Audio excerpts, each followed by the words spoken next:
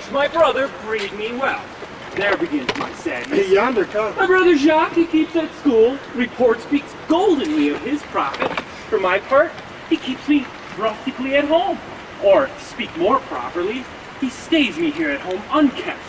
Recall you that keeping for gentlemen of my birth, it differs not from the stalling of an ox. Yonder comes. His horses are bred better. For besides that they are fair in their feeding, they are taught their manage. And to that end, riders dearly hired. But I, his brother, I gain nothing under him but growth, for the which his animals on his dunghills are as much bound to him as I. Yonder comes. Besides this nothing, which he so plentifully gives me, the something which nature has given me, his countenance seems to take from me. He lets me feed with his hinds. He bars me the place of a brother, and as much as in him lies, he minds my gentility with my education, and this is it, Adam, that grieves me. When the spirit of my father, which I think is within me, begins to mutiny against this servitude, I will no longer endure it. For yet, I know no wise remedy how to avoid it. Yonder comes my master, your brother. Go apart, Adam. You will hear how he will shake me up. Now, sir, what made you here? Nothing. I'm not taught to make anything. What mar you then, sir? Marry, sir, I'm helping you mar that which God has made. A poor, unworthy brother of yours with idleness. Marry, sir, be better employed, and be not a while. Shall I keep your hogs and eat husks with them? What prodigal portion have I spent that I should come to such penury? Know you where you are, sir? Oh, sir, very well. Here in your orchard. I know you before whom, sir? I, better than him I am before knows me. I know you are my eldest brother. The gentle condition of blood, you should so know me. The courtesy of nations allows you, my better, and that you are the firstborn. That same tradition, it takes not away my blood, were there 20 brothers betwixt us. I have as much of my father in me as you, albeit, I confess, your coming before me is near his reverence. What boy? Ow, come, elder brother. You are too young in this. Wilt thou lay hands on me, villain? I am no villain. I am the youngest son of Sir Roland Dubois. He was my father, and he is thrice a villain that says such a father begot villains. Wert thou not my brother, I would not take my hand from thy throat till this other, and pulled out thy tongue for saying so. Thou hast railed on thyself. Sweet masters, be patient for your father's remembrance. Be at accord. Let me go, I say. I will not. Till I please, you shall hear me. My father charged you in his will to give me good education. You have trained me like a peasant, obscuring and hiding all gentlemanlike qualities.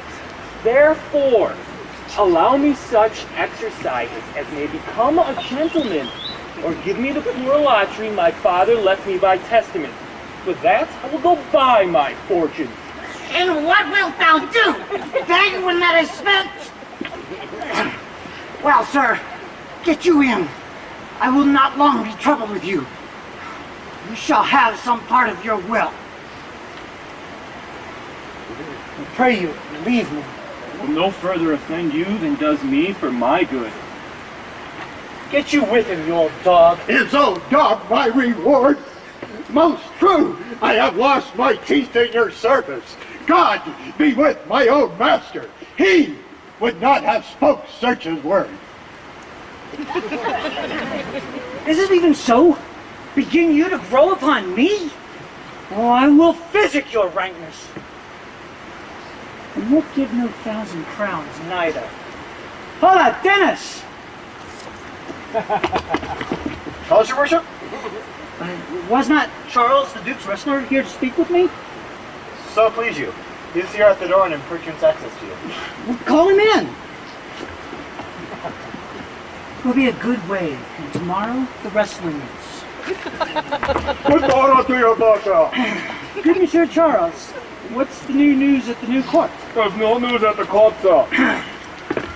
There's no news at the court, sir, but the old news. That is, the old Duke has been banished by his younger brother. The new Duke and 3 or 4 loving lords have put themselves into voluntary exile with him, whose lands and revenues enrich the new Duke. Therefore, he gives them good leave to wander, yeah.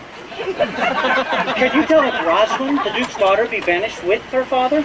Oh no, for the Duke's daughter, her cousin, so loves her, being ever from the cradle spirit together, that she would have found her exile, or have died to stay behind her. She is at the court, no less beloved of her uncle than his own daughter, and never two ladies love as they do, yeah. What?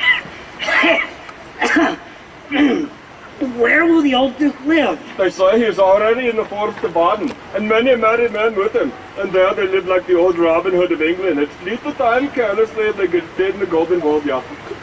You wrestle tomorrow before the new Duke?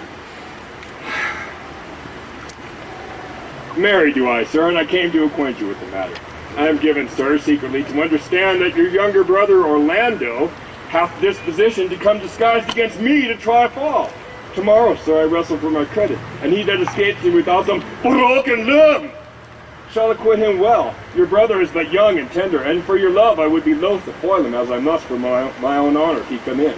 Therefore, out of my love to you, I came hither to acquaint you with all, that either you may brook such disgrace, or stay him from his intendment, as,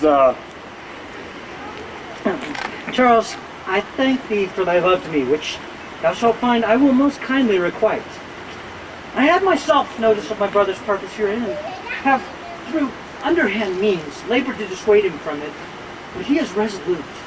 I'll tell thee, Charles, it is the stubbornest young fellow of France, full of ambition, an envious emulator of every man's good parts, a secret and villainous contriver against me, his natural brother. Therefore, use thy discretion.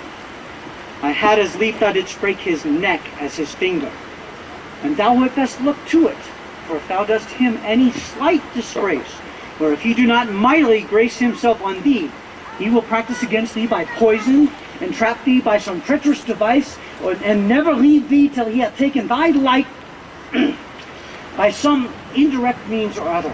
For I assure thee, and almost with tears I speak it, there is not one so young and so villainous this day living. I speak but brotherly of him, but should I anatomize him to thee as he is, I must blush and weep, and thou must look pale and wonder. I'm heartily glad I came hither to you. If he come tomorrow, I will give him his payment. If ever he go alone again, I'll never wrestle for prize more, and so God keep your worship. Farewell, good Charles. Now we'll stir this gangster. I hope I shall see an end of him, for my soul, and yet I know not why, hates nothing more than he. Yet he's gentle, never schooled, and yet learned, full of noble device, of all sorts enchantingly beloved, and indeed so much in the hearts of the world, and especially of my own people who best know him, that I am altogether misprized. But it shall not be so long. This wrestler shall clear all. Nothing remains but that I kindle the boy thither, which now I'll go about. I pray thee, Rosalind, sweet my coz, be merry. Dear Celia, I show more mirth than I am mistress of, and were you yet, I will marry her. Unless you could teach me to forget a banished father, you must not learn me to remember any extraordinary pleasure. Herein I see that thou lovest me not with the full weight that I love thee. If my uncle, thy banished father, banished thy uncle, the Duke my father, so thou hast been so with me, I could have taught my love to take thy father to mine. So wast thou, the truth of thy love to me was so righteously tempered as mine is to thee. Well, I will forget the condition of my estate to rejoice in yours. You know my father hath no child but I, nor none is like to have. And truly, when he dies, thou shalt be his heir. For what he has taken away from my father perforce, I will render thee again in affection. By mine honor I will. And when I break that oath, let me turn monster. Therefore, my sweet Rose, my dear Rose, be merry. From henceforth I will, coz. And devise sports? Let me see. What think you of falling in love? Marry, I prithee do, to make sport withal, but love no man in good earnest. nor no further in sport neither than with safety of a pure blush thou mayst in honor come up again. What shall be our sport then? Let us sit and mock the good housewife fortune from her wheel, that her gifts may henceforth be bestowed equally. I would we could do so, for her benefits are mightily misplaced, and the bountiful blind woman doth most mistaken her gifts to women. Oh, 'tis true, for those that she makes fair, she scarce makes honest, and those that she makes honest, she makes very ill-favoredly. Nay, now thou goest from fortune's office to nature's. Fortune reigns in the gifts of the world, not in the lineaments of nature. No? When nature hath made a fair creature, may she not by fortune fall into the fire? Though nature hath given us wit to flout at fortune, hath not fortune sent in this fool to cut off the argument? Indeed, there is fortune too hard for nature, when fortune makes nature's natural, the cutter off of nature's wit. Peradventure this is not fortune's work neither, but nature's, who perceiveth our natural wits too dull for reason of such goddesses, and hath sent this natural for our whetstone. For always the dullness of the fool is the whetstone of the wits. How now, wits, whither wander you? The mistress, you must come away to your father. Were you made the messenger? No, by mine honor. But I was bid to come for you. Where learned you that oath, fool? Of a certain knight that swore by his honor. They were good pancakes, and swore by his honor the mustard was not. Now I'll stand to it. The mustard pancakes were good, and the mustard was not. And yet was not the knight forsworn. How prove you that in the great heap of your knowledge? I marry now and muzzle your wisdom. Stand you both for now, stroke your chins, and swear by your beards that I am a knave. By our beards, if we had them. Thou art. By my knavery, if I had it, then I were. But if you swear by that, that is not. You are not forsworn. No more was this knight swearing by his honor, for he never had any. Or if he had sworn it all the way, before ever he saw those pancakes or that mustard. Prithee, what is it that thou meanest? One that old Frederick, your father, loves? My father's love is enough to honor him. Enough. Speak no more of him. He'll be whipped for taxation one of these days. The more pity that fools may not speak wisely what wise men do foolishly. By my troth thou sayest true. For since the little wit that fools have was silence, the little foolery that wise men have makes a great show. Here comes Mr. LeBeau. Oh, with his mouth full of news. Which he will put on us as pigeons feed their young. Then we shall be news crammed. All the better we shall be the more marketable. Bonjour, Mr. LeBeau. What's the news? Fair princess, you have lost much good sport. Sport of what color? Of what color, madam? How shall I answer you? As wit and fortune will. Or is the destiny's decree? Well said, that was laid on with a trowel. Nay, if I keep not my rank. Thou losest thy old smell. You amaze me, ladies. I would have told you of good wrestling, which you have lost the sight of. Yet tell us the manner of the wrestling. I will tell you the beginning, and if it please your ladyship, you may see the end, for the best is yet to do. And here where you are, they're coming to perform it. Well, the beginning, that is dead and buried. There comes an old man and his 3 sons. I could match this beginning with an old tale. 3 proper young men of excellent growth and presence, With bills on their neck. Be it known unto all men by these presents. The eldest of the 3 wrestled with Charles, the Duke's wrestler, which Charles in a moment threw him and broke 3 of his ribs. But there is no hope of life in him yet. So we serve the 2nd and so the 3rd. Yonder they lie, the poor old man their father, making such pitiful dole over them that all the beholders take his part in weeping. Alas. But what is the sport, monsieur, that the ladies have lost? Why, this that I speak of! Thus men may grow wiser every day, but it is the first ever I heard that breaking of ribs was sport for ladies. Or I promise thee. But is there any else who longs to see this broken music in the side? Is there yet another who dotes upon this rib breaking? Shall we see this wrestling, cousin? Oh, you must if you stay here, for here is the place appointed for the wrestling, and they are ready to perform it. Yonder, sir, they are coming. Let us stay now and see it. Come on. Since the youth will not be entreated, his own peril on his forwardness. Is yonder the man? Oh, even he, madam. Alas, he is too young, yet he looks successfully. How now, daughter and cousin? Are you crept hither to see the wrestling? Aye, my liege, so please to give us leave. You will take little delight in it, I can tell you. There is such odds in the man. In pity of the youth challenges youth, I would fain dissuade him, but he will not be entreated. Speak to him, ladies. See if you can move him. Call him hither, good Mr. LeBeau. Do so. I'll not be by. Monsieur the challenger, The princess has called for you. I attend them with all respect and duty. A young man, have you challenged Charles the wrestler? No! Fair princess. He is the general challenger. I come but in as others do, to try with him the strength of my youth. Young gentleman, your spirits are too bold for your years. You have seen cruel proof of this man's strength. If you saw yourself with your eyes or knew yourself by your judgment, the fear of your adventure would counsel you to a more equal enterprise. We pray you, for your own sake, to embrace your own safety and give over this attempt. Do so, young sir. Your reputation shall not therefore be misprized. We will make it our suit to the Duke that the wrestling might not go forward. Beseech you, punish me not with your hard thoughts, wherein I confess me much guilty to deny such fair and excellent ladies anything.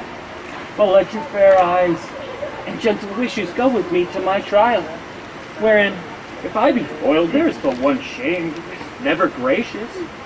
If killed, one dead, who is willing to be so. I shall do my friends no harm, for I have none to lament me. The world no injury, for in it I have nothing.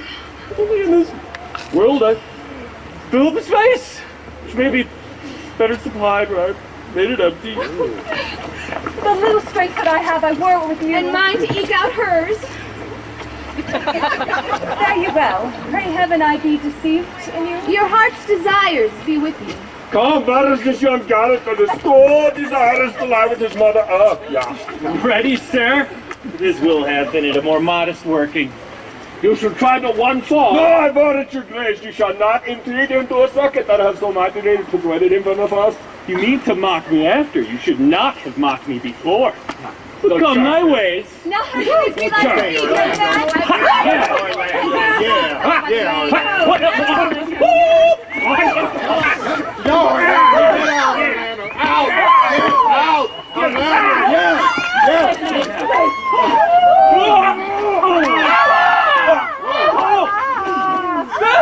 No more! No more! Yes, I beseech your grace. I'm not yet well breathed. How dost thou, Charles? He cannot speak, my lord. Bear him away.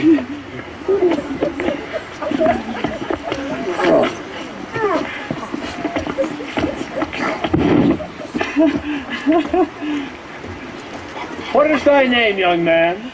Orlando, my liege, youngest son of Sir Roland Dubois. I would thou hadst been son to some man else. The world esteemed thy father honorable, but I did find him still mine enemy.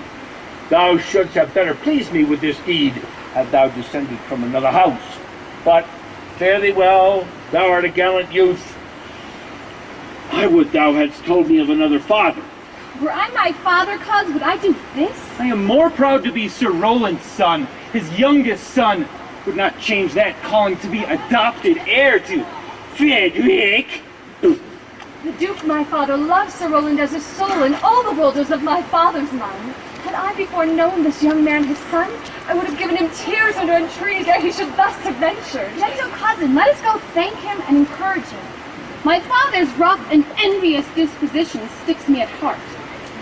Sir, you have well deserved.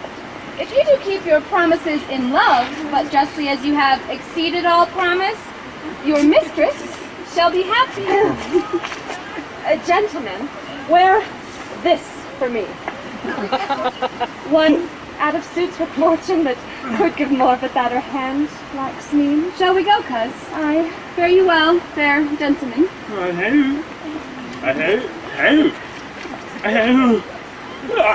Can I not say I thank you? My better parts are all thrown down. That which here stands up? What a quintain. Mere lifeless block. He calls us back. My pride fell with my fortunes. I'll ask him what he would. Did you call, sir? Sir, you have wrestled well and overthrown more than your enemies. Will you go, cuz? Have with you. Fare you well? Oh! What passion passion hangs these weights upon my tongue. I cannot speak to her, yet she urged conference. Oh, poor Orlando, thou art overthrown. Or Charles, or something weaker masters thee.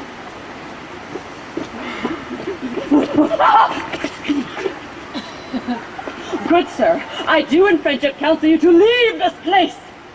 Albeit you have deserved high commendation, true applause, and love, yet such is now the Duke's condition that he misconstrues all that you have done. The Duke is humorous. What he is indeed, more suits you to conceive than I speak of. Thank you, and pray you tell me this. Which of the two was daughter of the Duke that here was at the wrestling? Neither his daughter, if we judge by manners, but yet indeed the smaller of the two is his daughter. The other is the daughter to the banished Duke, and here detained by her usurping uncle to keep his daughter company, whose loves are dearer than the natural bond of sisters. But I can tell you of late, this Duke hath taken displeasure against his gentle niece, grounded upon no other argument that the people praise her for her virtues and pity her for her good father's sake. And on my life, his malice against the lady will suddenly break forth. Sir, fare you well. Hereafter in a world better than this, I shall desire more love and knowledge of you. Yes, much found into you. Fare you well. Thus must I. From the smoke unto the smother. From tyrant Duke unto a tyrant brother. Heavenly Rosin. Throw some of them at me, come, lame me with reasons. Then there were two cousins laid up, when one should be lamed with reasons and the other mad without any. But is all this for your father? No, some of it is for my child's father. Oh, how full of briars is this working day world. They are but burrs, cousin, thrown upon thee in holiday food. If we walk not in the trodden paths, our very petticoats shall catch them. I could shake them off my coat. These burrs are in my heart. Hem them away. I would try if I could cry, hem and have him. Come, come, wrestle with thy affections. Oh, they take the part of a better wrestler than myself. A good wish upon you. You will try in time in despite of a fall, but let us talk in good earnest. Is it possible on such a sudden you should fall into so strong a liking with old Sir Roland's youngest son? The Duke, my father, loved his father dearly. Doth it therefore ensue that you should love his son dearly? By this kind of chase I should hate him, for my father hated his father dearly, yet I hate not Orlando. No, hate him not for my sake. And why should I not? Doth he not deserve well? Let me love him for that, and do you love him because I do? Look, here comes the Duke. With his eyes full of anger. Mistress, dispatch you with your safest haste and get you from our court. Me, uncle? You, cousin, within these 10 days, if that thou beest found so near our public court as 20 miles, thou diest for it. I do beseech your grace, let me the knowledge of my fault bear with me. With myself I hold intelligence or have acquaintance with mine own desires. If that I do not dream or be not frantic as I do trust I am not, then, dear uncle, never so much in a thought unborn did I offend your highness. Thus do all traitors. If their purgations did consist in words, they are as innocent as Christ itself. Let it suffice thee that I trust thee not. Yet your mistrust cannot make me a traitor. Tell me whereon the likelihood depends. Thou art thy father's daughter, there's enough. So was I when your highness took his dukedom. So was I when your highness banished him. Treason is not inherited, my lord. Or, if we did derive it from our friends, what's that to me? My father was no traitor. Make good, my liege. Mistake me not so much to think my poverty is treacherous. Dear sovereign, hear me speak. Aye, Celia, we stayed her for thy sake, else with her father had she ranged along. I did not then entreat to have her stay. It was your pleasure and your own remorse. I was too young that time to value her, but now I know her. If she be a traitor, why so am I. We still have slept together, rose at an instant, learned, played, ate together, and wheresoever we went like Juno's swans, still we went coupled and inseparable. She is too subtle for thee, and her smoothness, her very silence and her patience speak to the people, and they pity her. Thou art a fool. She robs thee of thy name, and thou wilt seem more bright, and show more virtuous when she is gone. Then open not thy lips. Firm and irrevocable is the doom which I have placed upon her. She is banished. Pronounce that sentence then on me, my liege. I cannot live out of her company. You are a fool. You needs provide yourself. If you outstay the time, upon mine honor and in the greatness of my word, you die. Oh.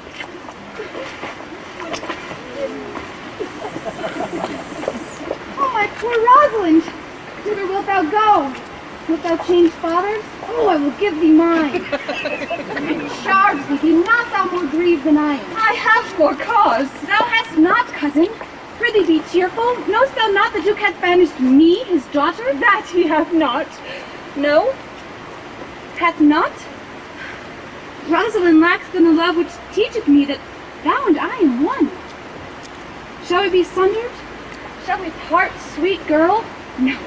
Let my father seek another heir. Therefore, devise with me how we may fly, whither to go, and what to bear with us. And do not seek to take your change upon you to bear your griefs yourself and leave me out.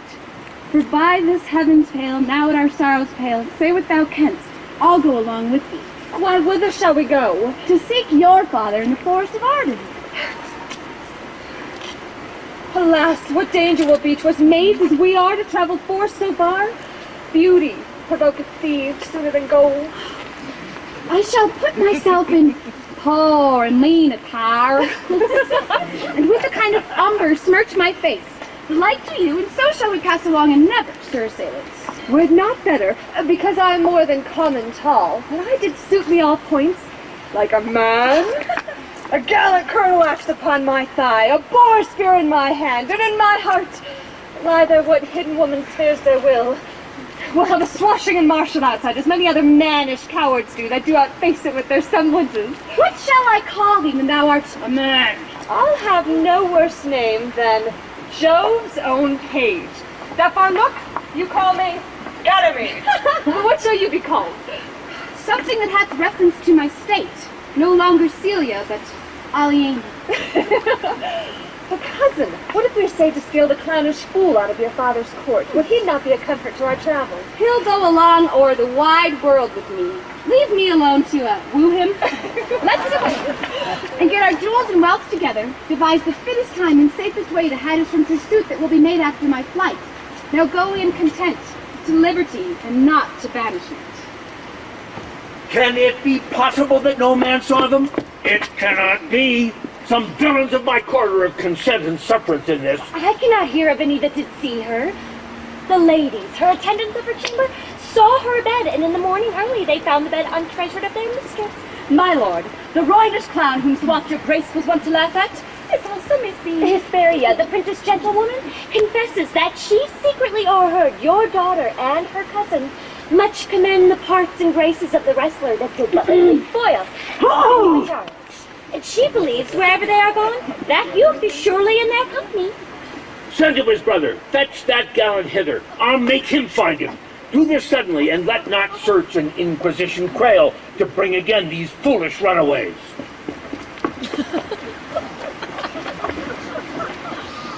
Master. Oh, my gentle master. Oh, my sweet master. Oh, you memory of old Sir Rowland. Why? What make you here? Why are you virtuous? Why do people love you? And wherefore are you gentle, strong, and valiant? Why would you be so fond to overcome the bonny wrestler of the humorous Duke? Your praise has come too swiftly home before you. Know you not, master? Do some kind of men their graces serve them but as enemies? No more do yours. Your virtues, gentle master, are sanctified and holy traitors to you. Oh, what the world is this? When what is comely envenoms him that bears it. Why, what's the matter? Oh, unhappy youth! Come not within these doors. Within this roof, the enemy of all your graces lives. Your brother. No, no brother. Yet the son. Yet not the son. I will not call him son. Of him I was about to call his father. Have heard your praises. And this night he means to burn the lodging where you used to lie, and you within it. If he fail of that, he will have other means to cut you off. I overheard him in his practices. This is no place. This house is but a butchery. Abhor it. Why would fear it? Why would do not enter it? Why whither wouldst thou have me go? No matter whither, so you come not here. What? Wilt thou have me go and beg my food? Or with a base, boisterous sword enforce a thievish living on the common road? This I must do, or know not what to do. Yet this I will not do. Do how I can. Rather will subject me to the malice of a diverted blood and a bloody brother. But do not so. I have 500 crowns, the thrifty hire I saved unto your father, which I did store to be my foster nurse when service should in my old limbs lie lame, an unregarded age and corners thrown. Take that, and he that doth the raven's feet, yea, providently caters for the sparrows. Be comfort to my age. Here is the gold, and all this I give you. Let me be your servant. Though I look old, yet I am strong and lusty. For in my youth I never did apply hot and rebellious liquors in my blood, nor did not with unbashful forehead woo the means of weakness and debility. Therefore my age is as a lusty winter, frosty, but kindly. Let me go with you. I'll do the service of a younger man in all your business and necessities. Oh, good old man, how well in thee appears the constant service of the antique world, where service sweat for duty, not for meed. Thou art not for the fashion of these times, and men will sweat but for promotion, having that to choke their service up. Even with the having, it is not so with thee. But, poor old man, thou prunest a rotten tree that can no longer blossom yield in lieu of all thy pains of husbandry. But come thy ways, we'll go along together, and ere we have thy youthful wages spent, we'll light upon some settled low content. Master, go on and I will follow thee to the last gasp with truth and loyalty. From 17 years till now almost 80 here lived I, but now live here no more. At 17 years, many their fortune seek, but at 80 it's too late a week. Yet, fortune cannot recompense me better than to die well and not my master's death. Not see him since, sir. Sir, this cannot be. But were I not the better part made mercy, I should not seek an absent argument of my revenge now present. But look to it. Find out thy brother, wheresoe'er he is, seek him with candle. Bring him dead or living within this 12 months, or turn thou no more to seek a living in our territory. Thy lands and all things that thou dost call thine worth seizing, do we seize into our hands, till thou canst quit thee from thy brother's mouth of what we think against thee. Oh, that your highness knew my heart in this. I never loved my brother in my life. More villain thou! Well, push him out of doors, and let my officers of such a nature make an extent upon his house and lands.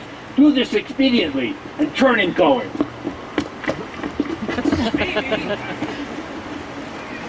Phoebe! Phoebe!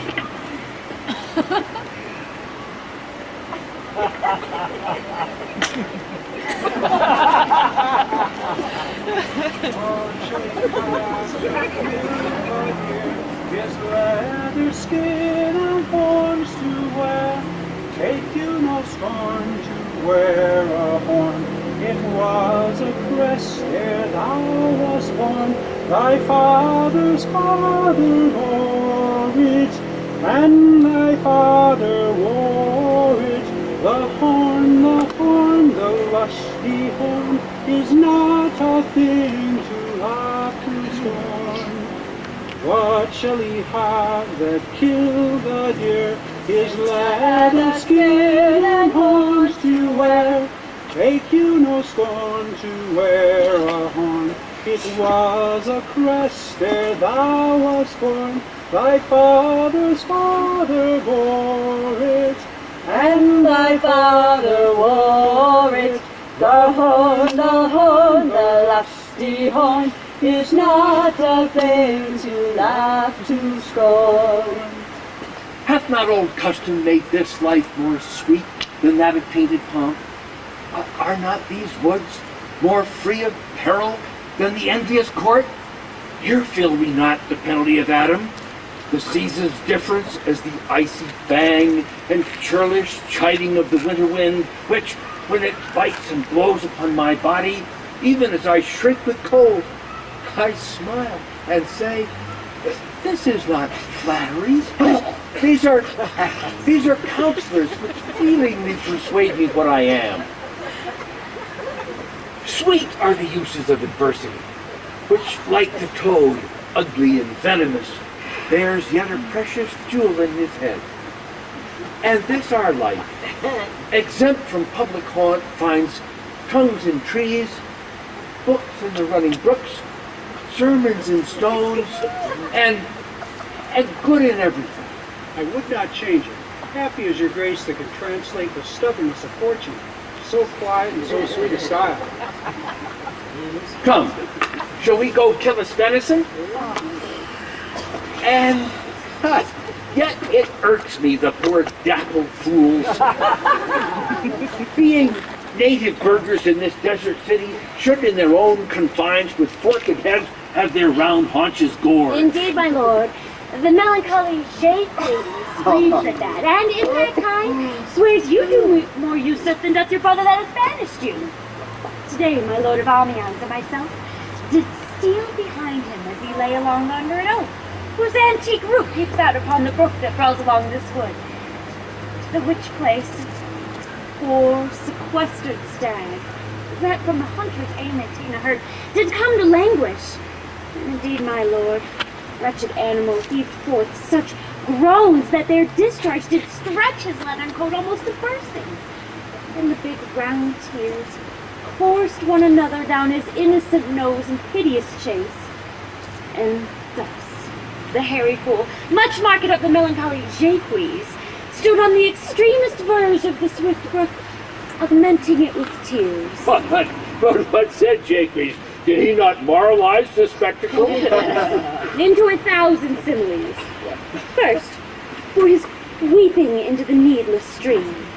Poor dear, quoth he, thou makest a testament as worldlings do, giving thy somewhat more to that which had too much.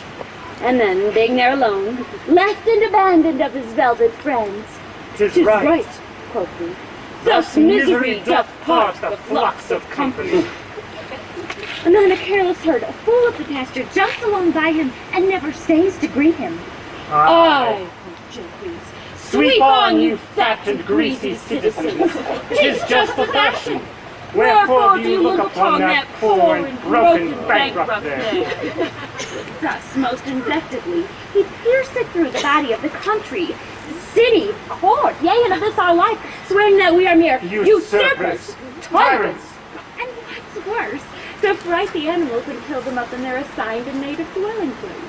And did you leave him in this contemplation? We did, my lord, weeping and commenting upon the sobbing tears.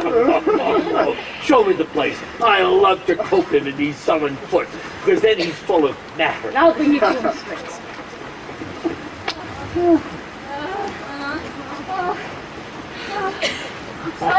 Jupiter, how weary are my spirits. I care not for my spirits if my legs were not weary. I could find it in my heart to disgrace my man's apparel and to cry like a woman. But I must comfort the weaker vessel, as doublet and hose ought to so and show itself courageous to petticoat. Therefore, courage, good Pollyanna. I pray you, bear with me. I cannot go no further. For my part, I'd rather bear with you than bear you.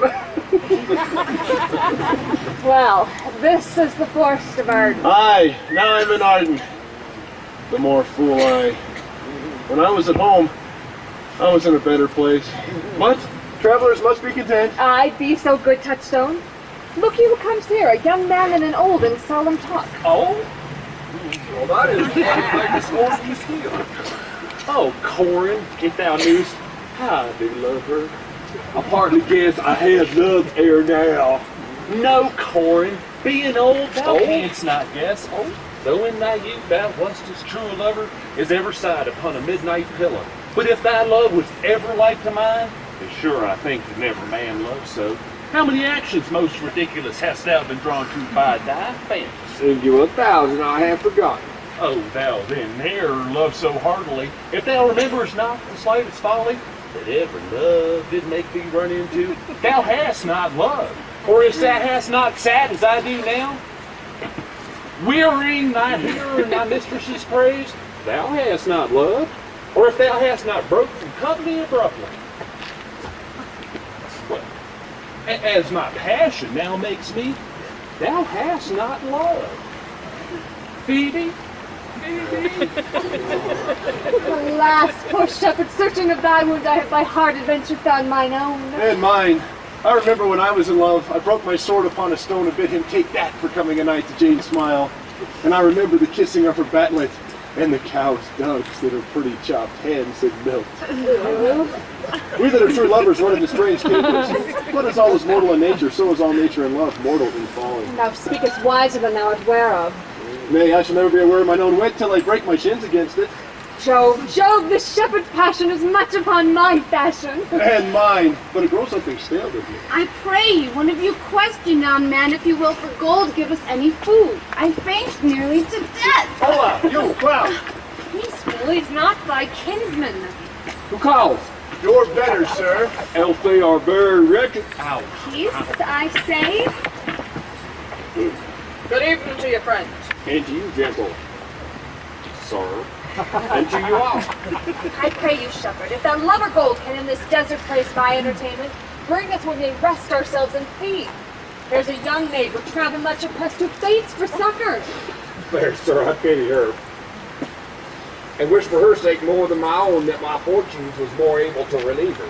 But I am shepherd to another man, and I do not shear the fleeces that I graze. My master is of careless disposition, and little recks to find a way to heaven by doing deeds of hospitality. Besides, his coat, his flocks and bounds of feet are on sale now. And at his sheepcote now, there is nothing that you will feed on. But what is, come see, and in my voice, most welcome shall you go. What is he that shall buy this pasture and flock? That young swain that you saw here but ere while, that little cares for buying anything. I pray thee, if it stands with honesty, buy thou the cottage pasture and flock. Thou shalt have to pay for it of us. And we will mend thy wages. I like this place and willingly could waste my time in it. Assuredly the thing is to be sold. Go with me if you lack upon report. The soul, the profit in this kind of life. I will your very faithful feeder be, and buy it with your gold, right suddenly.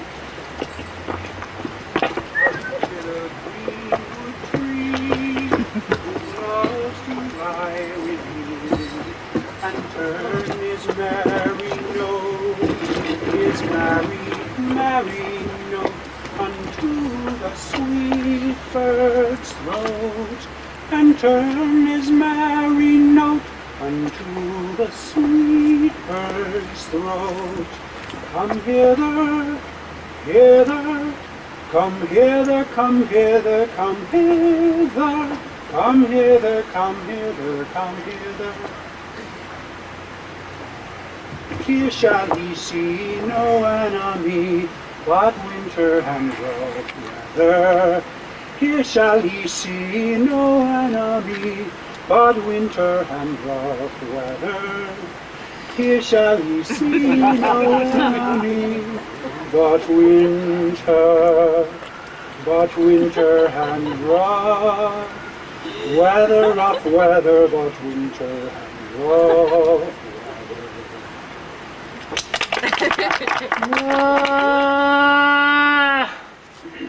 More. I pretty more. What make you melancholy, Monsieur Jacques? I thank you. More. I pretty more. I can suck melancholy out of the song as a weasel sucks eggs. More. I pretty more. My voice is ragged. I know I cannot please you. I do not desire you to please me. I do desire you to sing. Come, more. Another stanza.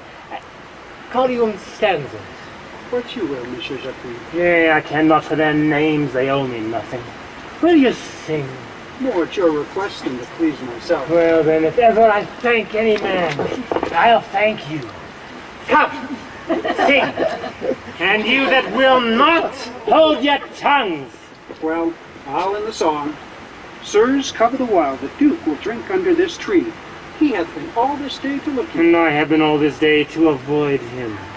He is too disputable for my company. I think of as many matters as he, but I give heaven thanks and make no boast of them. Come, warble, come. Who doth ambition shun, and loves to live in the sun, to see the food he eats, and pleased with what he gets, and pleased with what he gets, and pleased with what he gets. Come hither, hither, hither, hither. Come hither, come hither, come hither, come hither. Come hither, come hither, come hither. I'll give you a verse to this note that I made yesterday, in despite of my invention. And I'll sing it. And thus it goes. If ever it do come to pass that any man turn ass, leaving his wealth and ease, a stubborn will to please. Duke Dame, Duke Dame, Duke Dame, here shall he see gross fools as he, and if he will come to me. What's that, Duke Dame? It is a Greek invocation to call fools into a circle. I'll go sleep if I can. If I cannot, I'll rail against all the firstborn of Egypt. And I'll go seek the Duke. His banquet is prepared.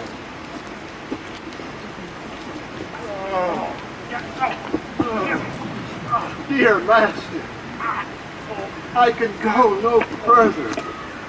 Oh, I die for food. Here lie I down and measure out my grave. Farewell, kind master. Why, how now, Adam? No greater heart in thee. Live a little. Comfort a little. Cheer thyself a little. This uncouth forest, if anything savage, will either be food for it, or I will bring it for food to thee. Thy conceit is nearer death than thy powers. For my sake, be comfortable. Hold death a while at the arm's end. I will be here with thee quickly. If I bring thee not something to eat, I give thee leave to die. If thou diest before I come, thou art a mocker of my labor. Well said. Look as cheerly, Adam. I'll be here with thee quickly. Thou liest in the bleak air. Come, I will bear thee to some shelter. Thou shalt not die for lack of food. Cheerly, good Adam.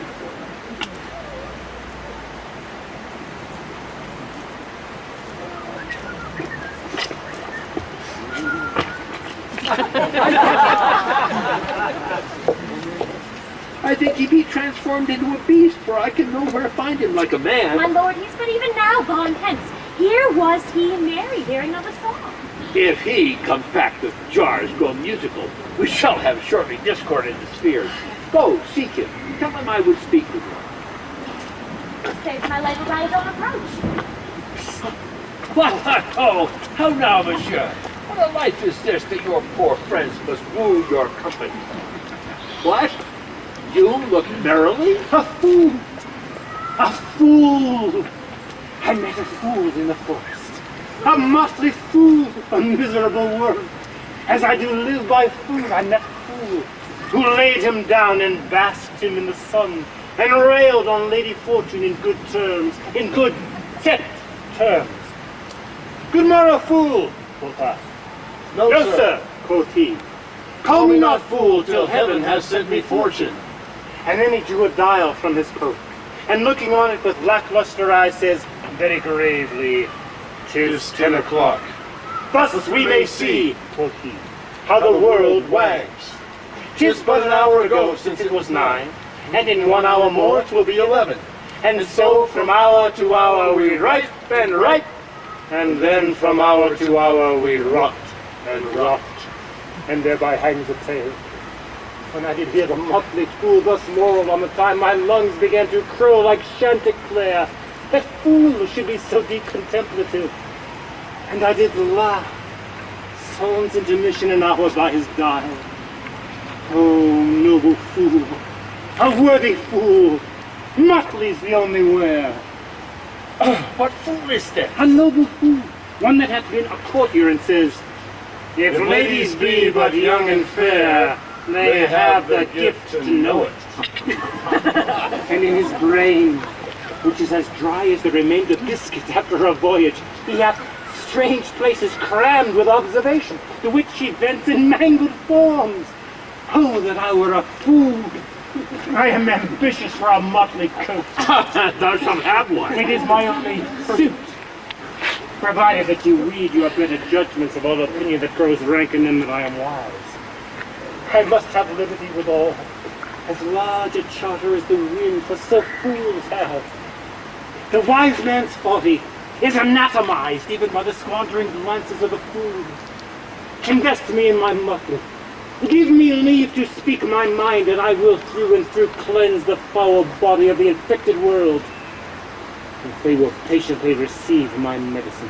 Fie on thee! I can tell what thou wouldst do. What for a charter would I do but good? Most mischievous foul sin in chiding sin, for thou thyself hast been a libertine, as sensual as the bestial sting itself, and all the embossed sores and headed evils which thou, with license of free foot, hast caught, wouldst thou disgorge into the general world. Why, who cries out on pride that can therein tax any private party?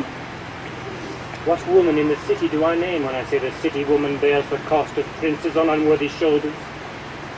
Who can come in and say that I mean her, when such one is she, such is her neighbor? Or what is he, of basest function, that says his bravery is not of my cost, thinking that I mean him, but therein suits his folly to the metal of my speech? There then. How then? What then? Let me see wherein my tongue hath wronged him. If it do him right, then he hath wronged himself. If he be free, why then my taxing like a wild goose flies unclaimed rain man. But who comes here? Ha! Forbear and eat no more. Why, I have had none yet. Nor shalt not till necessity be served. What kind should this cost come of? Art thou thus boldened then by thy distress, or else a rude despiser of good manners? Forbear, I say. He dies that touches any of this fruit till I and my affairs are answered. And you will not be answered with reason. I must die. What would you have? Your gentleness must force more than your force move us to gentleness. I almost die for food, and let me have it. Sit down and feed, and welcome to our table. Speak you so gently? Pardon me, I pray you. I thought all things had been savage here, and therefore put I on the countenance of stern commandment. But whatever you are, that in this desert inaccessible, under the shade of melancholy boughs, lose and neglect the creeping hours of time. Ever you have looked on better days. Ever you have been where bells have knolled to church. Ever you have sat at any good man's feast. If ever from your eyes wiped a tear, know it is to pity and be pitied. Then let gentleness my strong enforcement be, in the which hope I blush and hide my sword. True is it that we have seen better days, and have with holy bell been knolled to church, and sat at good men's feast, and wiped our eyes of drops the sacred pity hath engendered. And therefore sit you down with gentleness, and take upon command what help we have, that to your wanting may be ministered. Then but forbear your food a little while. Else like a doe I go to find my fawn. There is an old poor man who after me hath many a weary step limped in pure love, till he first be sufficed, oppressed with two weak evils, Agent, hunger. I will not touch a bit. Go find him out, and we will nothing wait till you return. Thank you, and be blessed for your comfort. You see, we are not all alone unhappy. This wide and universal theater presents more woeful pageants than the scene wherein we play. Oh, the world's a stage, and all the men and women merely players. They have their exits and their entrances, and one man in his time plays many parts. His acts being 7 ages. At first, the infant, mewling and puking in the nurse's arms. Then, the whining schoolboy, with his satchel and shining morning face, creeping like snail unwillingly to school. Then, the lover, sighing like furnace, with a woeful ballad made to his mistress. Eyebrow. Then, a soldier, full of strange oaths and bearded like the pod, jealous in honor, sudden and quick in quarrel, seeking the bubble reputation, even in a cannon's mouth. Then, the justice, in fair round belly with good capon lined, with eyes severe and beard of formal cut, full of wise saws and modern instances, and so he plays his part. The 6th age shifts to the lean and slippered pantaloon, with spectacles on nose and pouch on side, his youthful hose, well saved, a world too wide for his shrunk shank, and his big manly voice, turning again towards childish treble, pipes and whistles in his sound. Last scene of all, that ends this strange, eventful history, his second childishness and near oblivion. Sans teeth, sans eyes, sans taste, sans everything. Oh, welcome. Set down thy venerable burden and let him feed. I thank you most for him. So had you need, I scarce could speak to thank you for myself. Welcome. Fall to. I will not trouble you as yet to question you about your fortunes. Give us some music. Good cousin, sing. Oh, blow thou winter wind, thou art not so unkind, thou art not so unkind as man's ingratitude.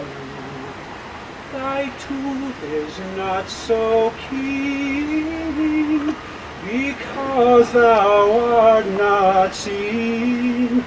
Thy tooth is not so keen, because thou art not seen. O winter art not so rude as man's ingratitude, as man's ingratitude. If that you were the good Sir Roland's son, as you have whispered faithfully you were, and as mine eye doth his effigies witness, most truly limbed and living in your face, be welcome hither. I am the Duke that loved your father. The residue of your fortunes, go to my cave and tell me. Good old man, thou art right welcome as thy master is. Support him by the arm. Give me your hand, and let me all your fortunes understand. Freeze, freeze, thou bitter sky, thou dost not bite so nigh, thou dost not bite so nigh, as benefits for that, though thou the waters warm, Thy sting is not so sharp. Thy sting is not so sharp. As friends remembered not. Thy sting is not so sharp. As friends remembered not. As friends remember not.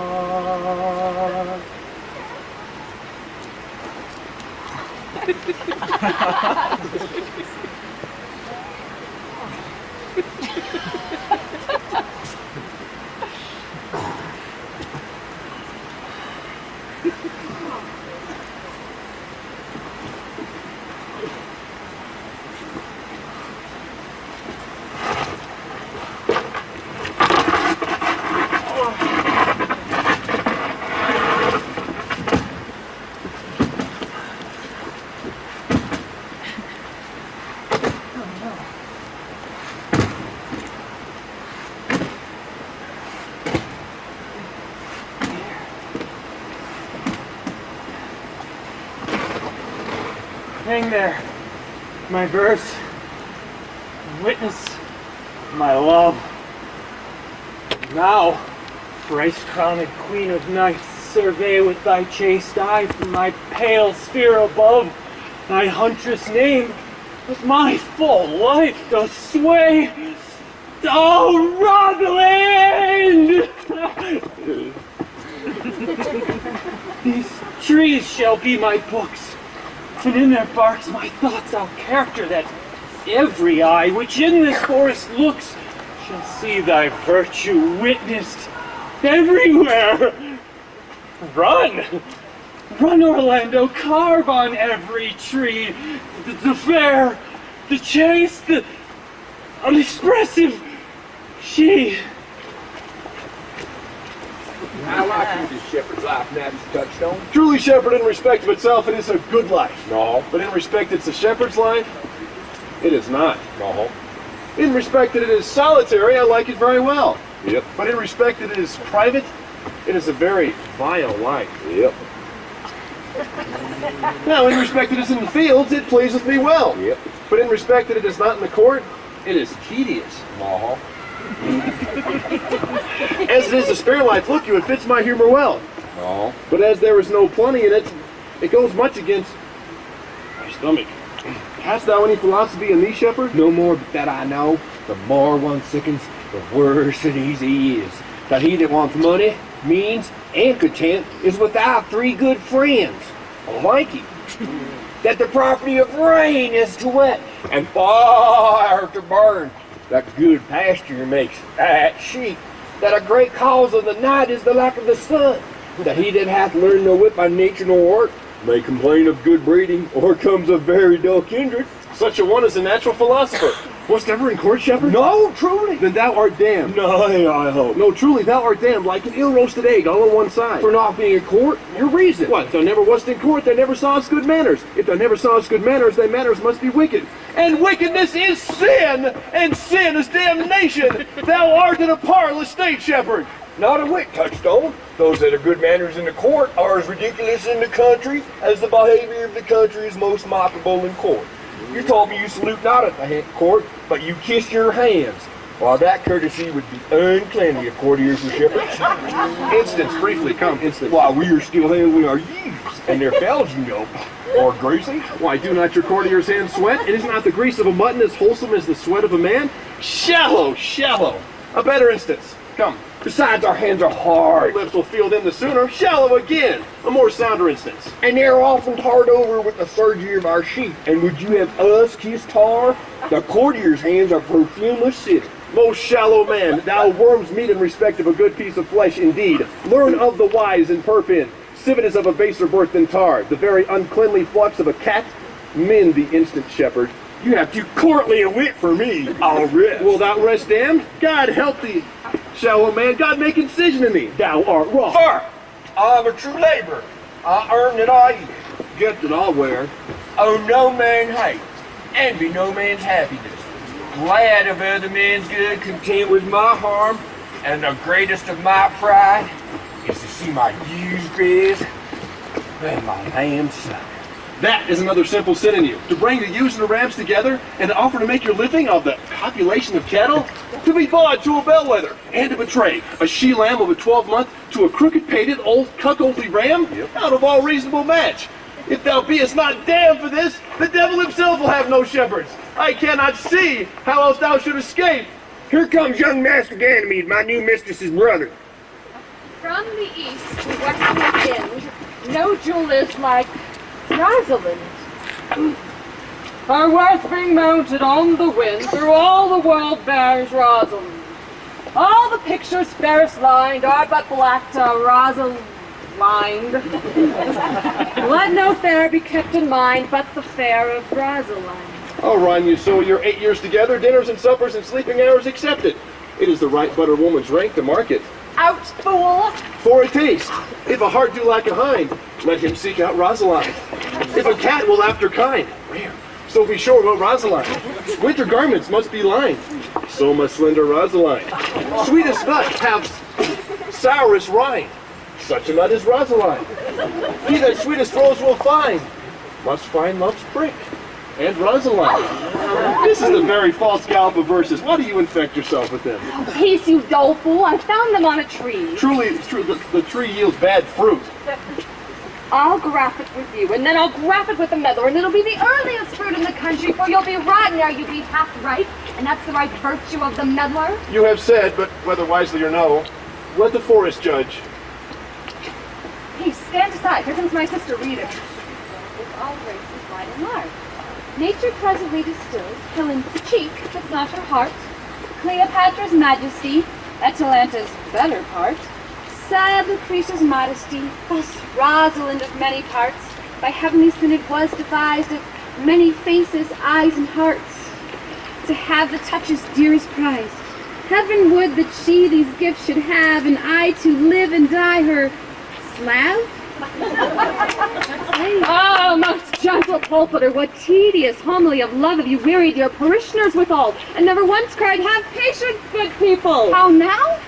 Back, friends. Shepherd, go off a little. Go with him, sirrah. Come, shepherd, we must make an honorable retreat. Go not with bag and baggage, but with scrip and scrippage. Didst thou hear these verses? Yes, I heard them all, and more too, for some of them had in them more feet than the verses could bear. Well, that's no matter. The feet might bear the verses. Aye, but the feet were lame and could not bear themselves without the verse, and therefore stood lamely in the verse. But didst thou hear without wondering how thy name should be hanged and carved upon these trees? I was 7 of the 9 days out of wonder before you came, for look what I found on a palm tree. Trow you who hath done this? Is it a man? And a chain that you once wore about his neck? Change of color? Unworthy who? Oh, Lord! Lord, it is a hard matter for friends to meet, yet mountains may be removed by earthquakes and so encounter. Nay, but who is it? Is it possible? Oh, nay, I pray thee, with most petitionary vehemence, tell me who it is. Oh, wonderful, wonderful, and most wonderful, wonderful, and yet again wonderful, and after that, out of all who? Good, my complexion. Dost thou think though I'm comparison like a man, I have a doublet and hose in my disposition? 1 inch of delay more is a south sea of discovery. Oh, I would thou couldst stammer that thou might force the concealed man out of thy mouth as wine comes out of a narrow-mouthed bottle, either too much at once or none at all. I prithee, take the cork out of thy mouth that I may drink thy tidings. So you may put a man in your belly? Is he God's making? What manner of man? Is his head worth a hat or his chin worth a beard? Oh, nay, he hath but a little beard. Why, God will send more if the man be faithful. Let me stay the growth of his beard if you delay me not the knowledge of his chin. It is young Orlando that tripped up the wrestler's heels in your heart both in an instant. Nay, but the devil take mocking.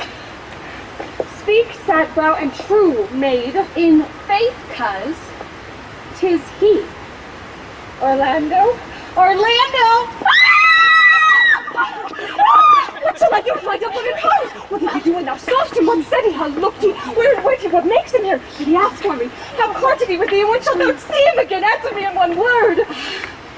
Must borrow me Gargantua's mouth first. 'Tis a word too great for any mouth of this age's size to say aye and no to these particulars. is more than to answer in a catechism. But doth he know that I am in this forest and in man's apparel? Oh, look he as freshly as he did the day he wrestled. It is as easy to count atomies as to resolve the propositions of a lover, but take a taste of my finding him, and relish it with good observance. I found him under a tree like a dropped acorn. It may well be called Jove's tree when it drops forth such fruit. Give me audience, good madam. Proceed. There lay he, stretched along like a wounded knight. Oh, it would be a pity to see such a sight. It well becomes the ground. Cry holla to thy tongue, I prithee, it curbits unseasonably. He was furnished like a hunter. Oh, ominous, he comes to kill my heart. I would sing my song without a burden. Thou bringest me out of tune. Do you not know I am a woman? When I think I must speak. Sweet, say on. You bring me out. Soft, comes he not here? 'Tis he, slick by and note him.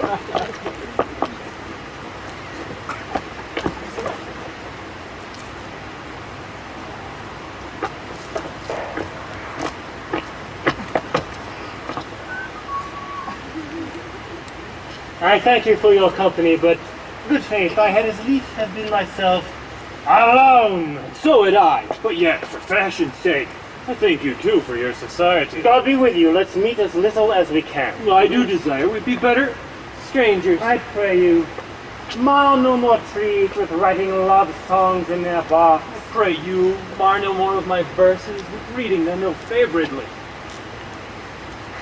Rosalind is your love's name? Yes, just. I do not like her name. I was not thought of pleasing you when she was christened. But what stature is she of? Just as high as my heart. Oh! You are full of pretty answers. You have a nimble wit. Will you sit down with me? And we two will rail against our mistress the world and all our misery. I will chide no breather in the world but myself, against whom I know most fault. The worst fault you have is to be in love. 'Tis a fault I would not change for your best virtue. By my troth, I was seeking for a fool when I found you. He's drowned in the brook. Look but in and you shall see him, whether I shall see my own figure. Which I take to either be a fool or a cipher. I'll tarry no longer with you. Farewell, good Signor Love. I'm glad of your departure, good Monsieur Melancholy. I will speak to him like a saucy lackey, and under that habit play the knave with him. Do you hear, Forester? Very well. What would you? I pray you, what is it o'clock? You should ask the time of day. There's no clocks in the forest. Then there's no true lover in the forest.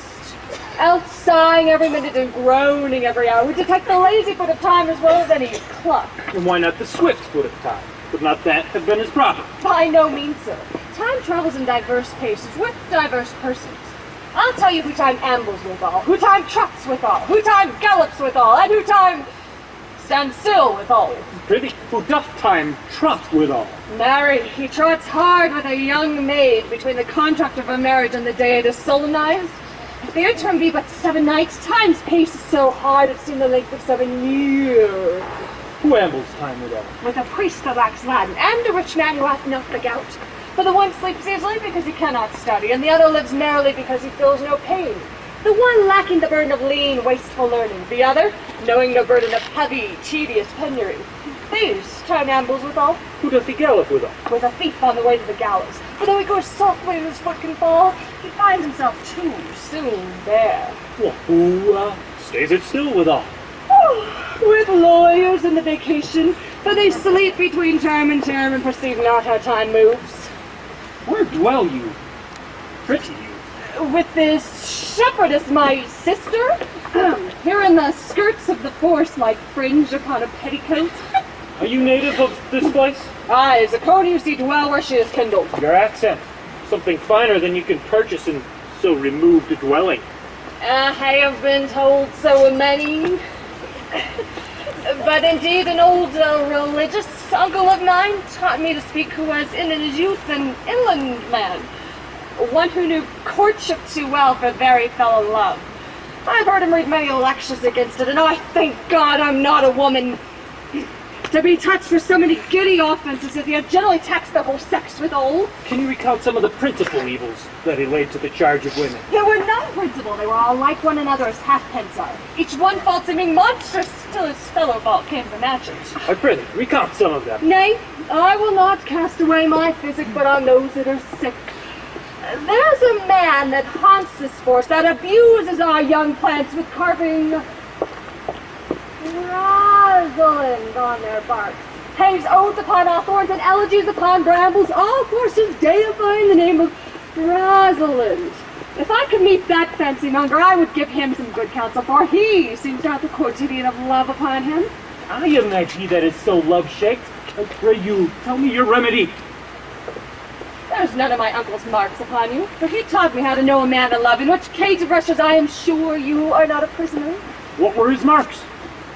A lean cheek, which you have none, a blue eye and sunken, which you have none, a beard neglected, which you have none, but I'd pardon you for that, for simply your having and beard as your younger brother's revenue. Then your host should be unguarded, your bonnet unbuttoned, your sleeve unbuttoned, your shoe untied, and everything about you demonstrating a careless desolation. But you are no such man. You're rather point device in your accoutrements, as in loving yourself than seeming the lover of any other. Would I could make thee believe I love. Me believe it? You may sin make her that you love believe it, which I warrant she's apter to do than to confess she does. This is one of the points which women still give lie to their consciences. But in good sooth, are you he that hangs the verses upon the trees wherein Rosalind is so admired? Swear to thee, youth, by the white hand of Rosalind, I am that he, that unfortunate he. Or are you so much in love as your rhymes speak? Neither rhyme nor reason can express how much. Love is merely a madness, and I tell you, deserves as well a dark house and whips as madmen do. And the only reason why it is not so punished and cured, because the lunacy is so ordinary that the whippers are in love too. Yet I profess curing it by counsel. Did you ever cure any so? Yes, one, and in this manner. Tries to imagine me, his love, his mistress, and I set him every day to woo me. At which time would I, being but a moonish youth, be effeminate, changeable, longing and liking, proud, shallow, full of tears, full of smiles, for every passion something, and for no passion truly anything, as boys and women are for the most part cattle of this colour, would like him, then loathe him, then entertain him, then forswear him, then weep for him, then spit at him, but I drove my suitor from a mad humour of love to a living humour of madness. And thus I cured him, and so will I take it upon me to wash your livers clean as a sound sheep's heart, that there shall not be one spot of love in it.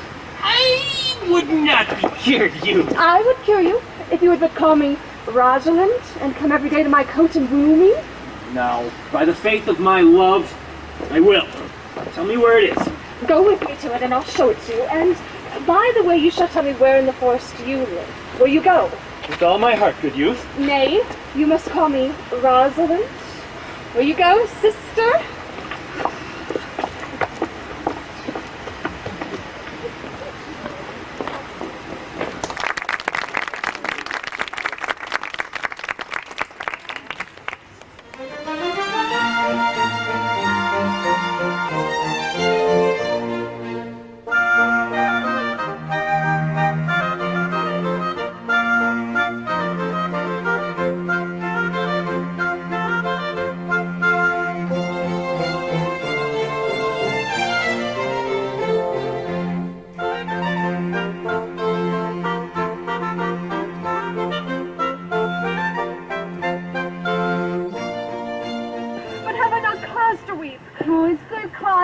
Desire, therefore weep, his very hair is of the dissembling color, something fairer than Judas's.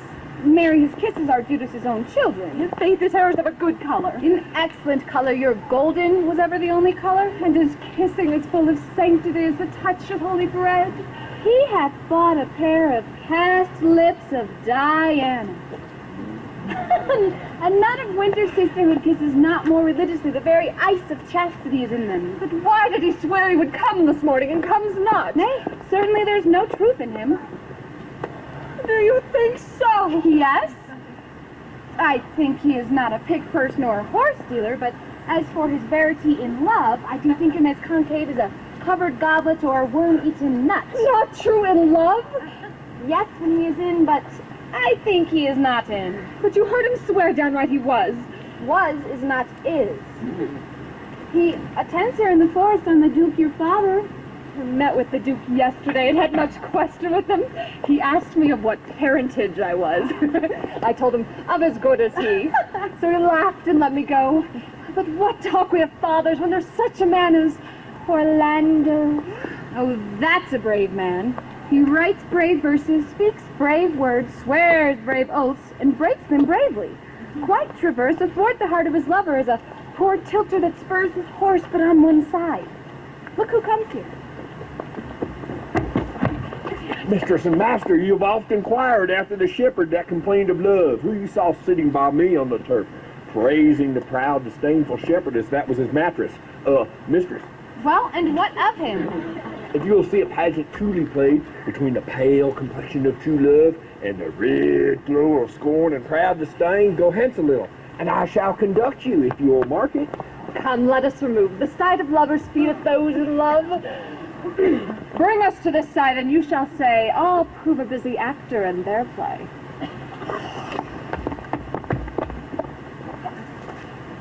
Me do not, Phoebe. Say that you love me not, but say not so in bitterness. The common executioner, whose heart the accustomed sight of death makes hard, falls not the axe upon the humbled neck, but first begs pardon. Will you sterner be than he that dies and lives by bloody drops? I would not be thy executioner. I fly thee, for I would not injure thee. Thou tellest me there is murder in mine eye. 'Tis pretty sure and very probable that eyes, that are the frailest and softest things, that shut their coward gates on atomies, should be called tyrants, butchers, murderers! Now, I do frown on thee with all my heart, and if mine eyes can wound,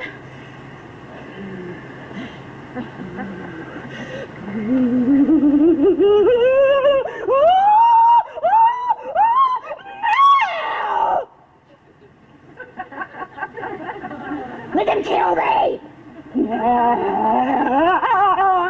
Counterfeit to sword! Well now, fall down!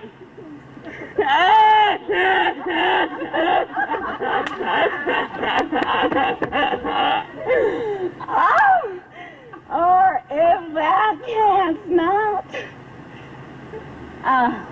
for shame. For shame, why not to say mine eyes are murderers?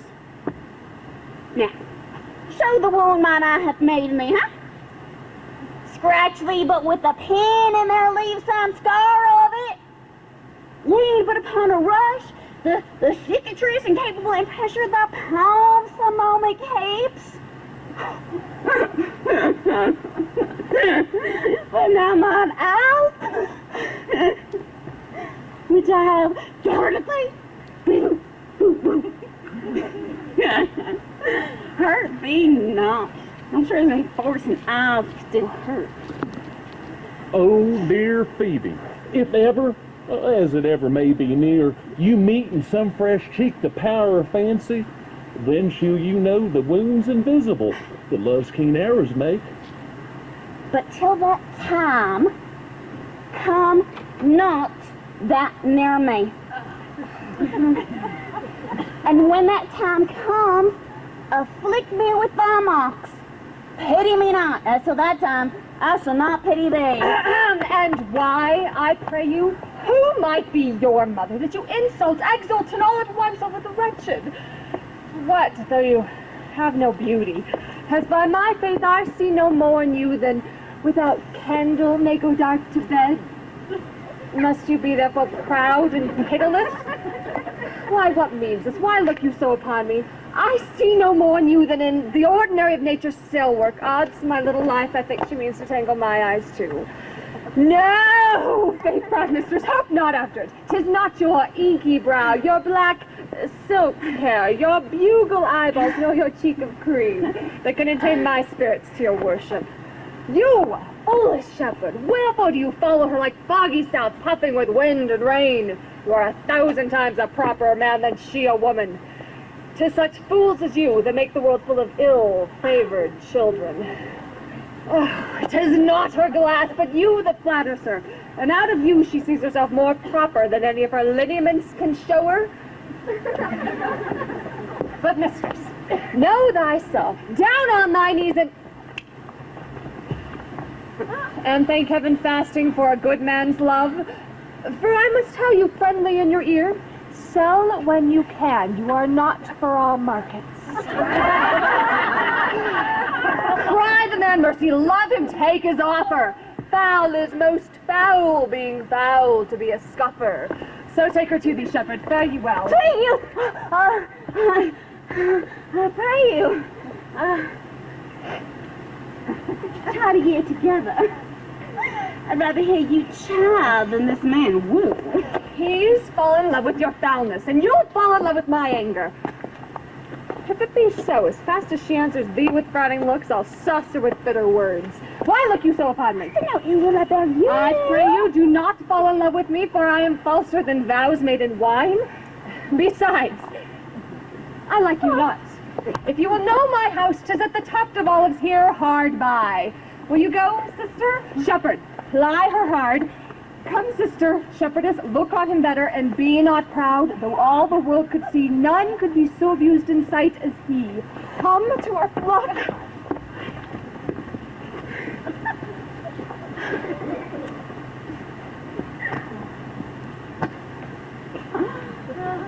Oh, dead shepherd.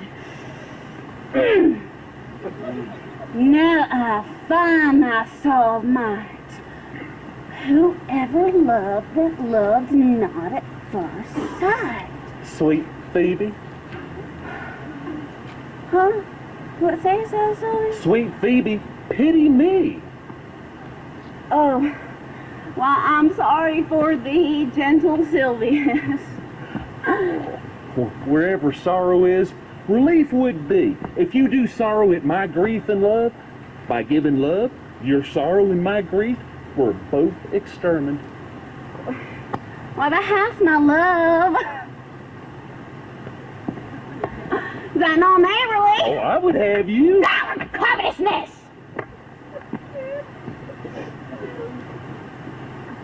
Sylvius, the time was that I hated thee, and yet it is not that I bear thee love, but since that thou canst talk of love so well, thy company, which erst was irksome to me, I will endure, and I'll employ thee too, but do not look for further recompense than thine own gladness that thou art employed.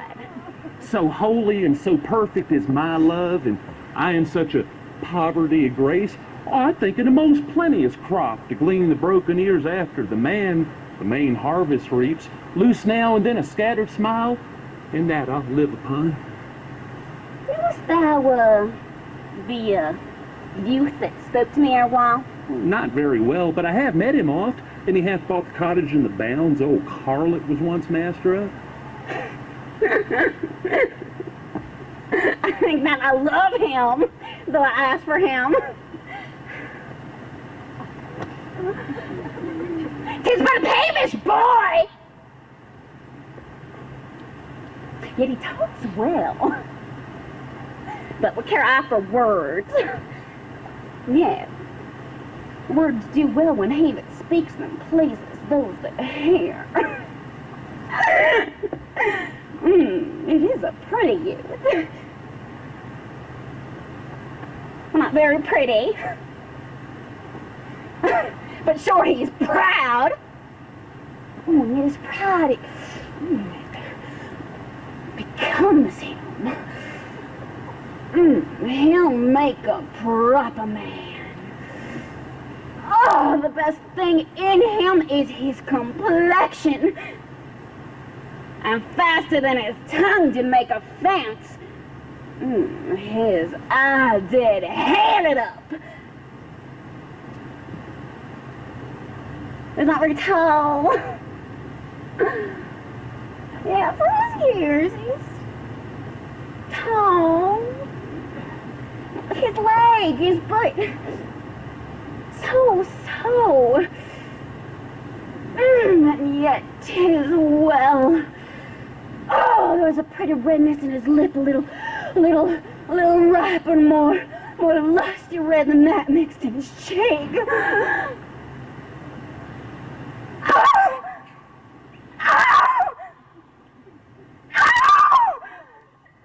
'Twas just the difference between the constant red and the mangled damask.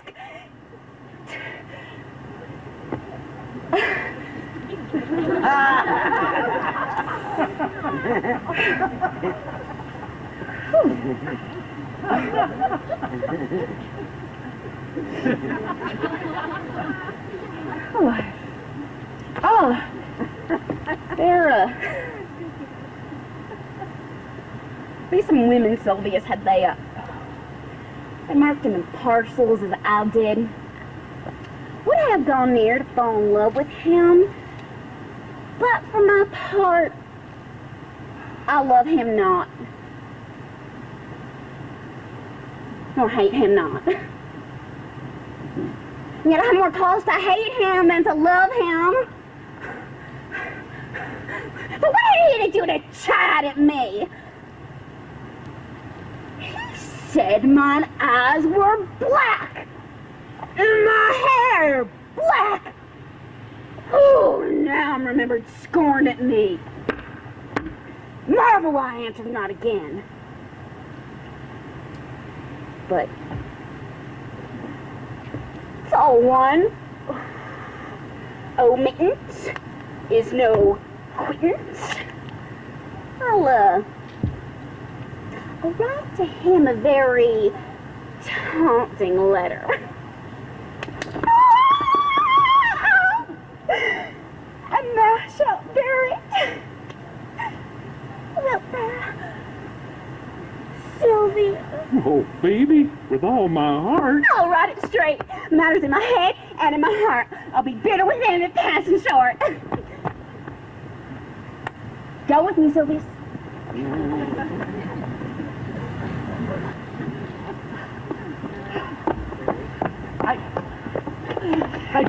I prithee you, let me be better acquainted with thee. They say you are a melancholy fellow. I am so. I do like it better than laugh.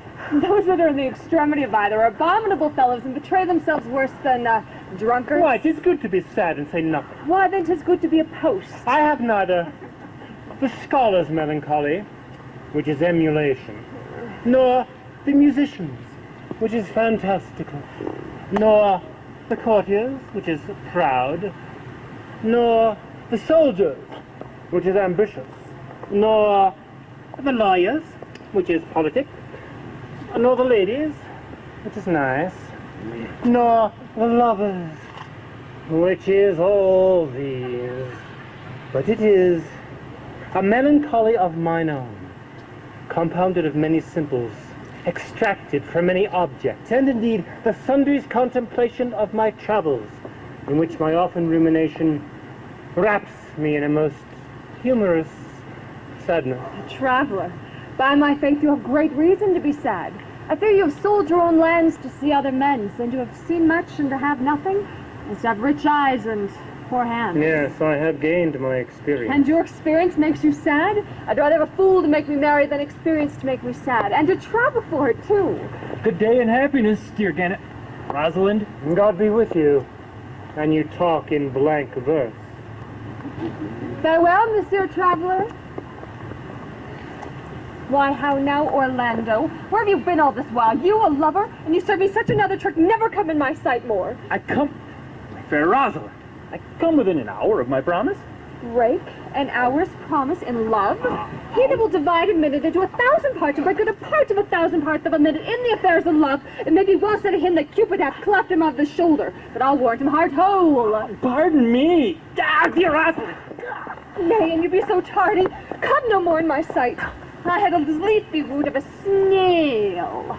A snail? Aye, of a snail. For though he comes slowly, carries his house on his head, a better jointure, I think, than you make a woman. Besides, he brings his destiny with him. Well, what's that? Why, horns. Which such as you are fain to be beholding your wives for. He comes armed with his fortune and prevents the slander of his wife. Virtue is no horn maker, and my Rosalind is virtuous. And I am your Rosalind. It pleases him to call you so, but he hath the Rosalind of a better leer than you. Come, woo me, for now I'm in a holiday humor and like enough to consent. What would you say to me now, and I were your very, very Rosalind? Would kiss before I spoke. Nay, you had better speak first. When you were gravelled for lack of matter, you might take occasion to kiss. Very good orators, when they are out, they will spit, and for lovers lacking, God warn us, matter the cleanly shiftest to kiss. How if the kiss be denied? Then she puts you to entreaty, and there begins new matter. Well, who could be outbeing before his beloved mistress? Marry, that should you if I were your mistress, or I should think my honesty ranker than my wit. What, of my suit? Not out of your apparel, and yet out of your suit. And not I your Rosalind. I take some joy to say you are, because I would be speaking of her. Well, in her person, I say, I will not have you. Then in mine own person, I die. No, Faith, die by attorney. The poor world is almost 6,000 years old, and all this while there's not any man who died in his own person videlicet of a love cause. Troilus had his brains dashed out with the Grecian club, but he did what he could do to die before, and he's one of the patterns of love. Leander would have lived many a fair year, though hero turned none, if it had not been for a hot midsummer night. For good youth, he but went forth to wash him in the Hellespont, and being taken with a cramp, was drowned. And the foolish corners of that age found it was hero of Cestus. But these are all lies. Men have died from time to time, and worms have eaten them, but not for love. Would not have my right, Rosalind, of this mind, for I protest, her frown might kill me. By this hand, it will not kill a fly. But come, now will be a Rosalind in a more coming on disposition. Ask me what you will, I will grant it. Wilt thou love me, Rosalind? Aye, Fridays and Saturdays and all. Wilt thou have me? I and 27. What sayest thou? Are you not good? I hope so. Well, then can one desire too much of a good thing? Come, sister, you shall be the priest of Marius. Give me your hand, Orlando. What do you say, sister? Pray thee, marry us. I cannot say the word. You must begin. Will you, Orlando? Go to. Will you, Orlando, have to wife this Rosalind? I will. Aye, but when? Right now, as fast as she can marry us. Then you must say, I take thee, Rosalind, for wife. I take thee, Rosalind, for wife. I might ask you for your commission, but I take thee, Orlando, for my husband. There's a girl goes before the priest, and certainly one's thoughts run before her actions. So do all thoughts. They are winged. Now tell me how long you would have her after you possessed her? Forever and a day. Oh, say a day without the other. No, Orlando, men are April when they woo, December when they wed. Maids are May when they are maids, but the sky changes when they are wives. I will be more jealous of thee than a Barbary cock pigeon over 10, more glamorous than an angry parrot against rain, more newfangled than an ape, more giddy in my eye with desires than a monkey. I will weep for nothing like Diana in the fountain, and back when you are disposed to be merry, I will laugh like a hyena, and now that you're inclined to sleep. What will my Rosalind do so? By my life, she will do as I do. Oh, but she is wise. Or she could not have the wit to do this. The wiser, the waywarder. Make the door upon a woman's wit, 'twill out at the casement. Stop that, 'twill out at the keyhole. Shut that, 'twill fly with the smoke out at the chimney. Man that had a wife with such a wit, might say wit with a will. You might keep that check for it till you met your wife's wit going to your neighbor's bed. What wit could wit have to excuse that? Mary to say she came to seek you there. You will never have her without her answer unless you have her without her tongue. Oh, that woman that cannot make her fault her husband's occasion, let her never nurse her child herself, or she will breed it like a fool.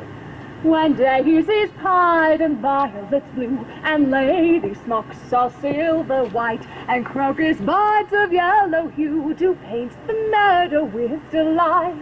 The cuckoo then on every tree mocks married men, mocks married men, mocks married men, for thus sings he. Cuckoo, cuckoo, cuckoo, cuckoo, oh, what a fear, oh, what a fear, unpleasing to a married ear, unpleasing to a married ear. For these 2 hours, Rosalind, I will leave thee. Alas, dear love, I cannot lack thee 2 hours. I must, attend the Duke at dinner. By 2 o'clock, I will be with thee again. Go your ways, go your ways. I knew what you would prove. My friends told me as such, and I thought no less. That flattering tongue of yours won me. 'Tis but one cast away, and so come, death. 2 o'clock is your hour. Aye, sweet Roz. By my troth, that in good earnest, and so God mend me, and by all pretty oaths that are not dangerous, if you do break one jot of your promise, or come 1 minute behind your hour, I will think you the most pathetical break promise, and the most hollow lover, and the most unworthy of her you call Rosalind, that was chosen out of the gross band of the unfaithful. Therefore beware my censure, and keep your promise. With no less religion than if thou wert indeed my Rosalind. So adieu. Well, time is the justice examines such offenders, and let time try. Adieu. You have simply misused our sex in your love prate. We must have your doublet and hose plopped over your head and show the world what the bird has done to her own neck. Oh! Cuz, my pretty little cuz. If thou dost know how many fathoms deep I am in love, but it could not be sounded. My affection hath an unknown bottom like the Bay of Portugal, or rather bottomless, that as fast as you pour affection in, it runs out. No, that same wicked bastard of Venus that was begot of thought, conceived of spleen, and born of madness, that blind rascally boy that abuses everyone's eyes because his own are out. Let him be judge how deep I'm in love. I'll tell thee, Aliena, I cannot be out of the sight of Orlando. I'll go find a shadow and sigh till he come, and I'll sleep.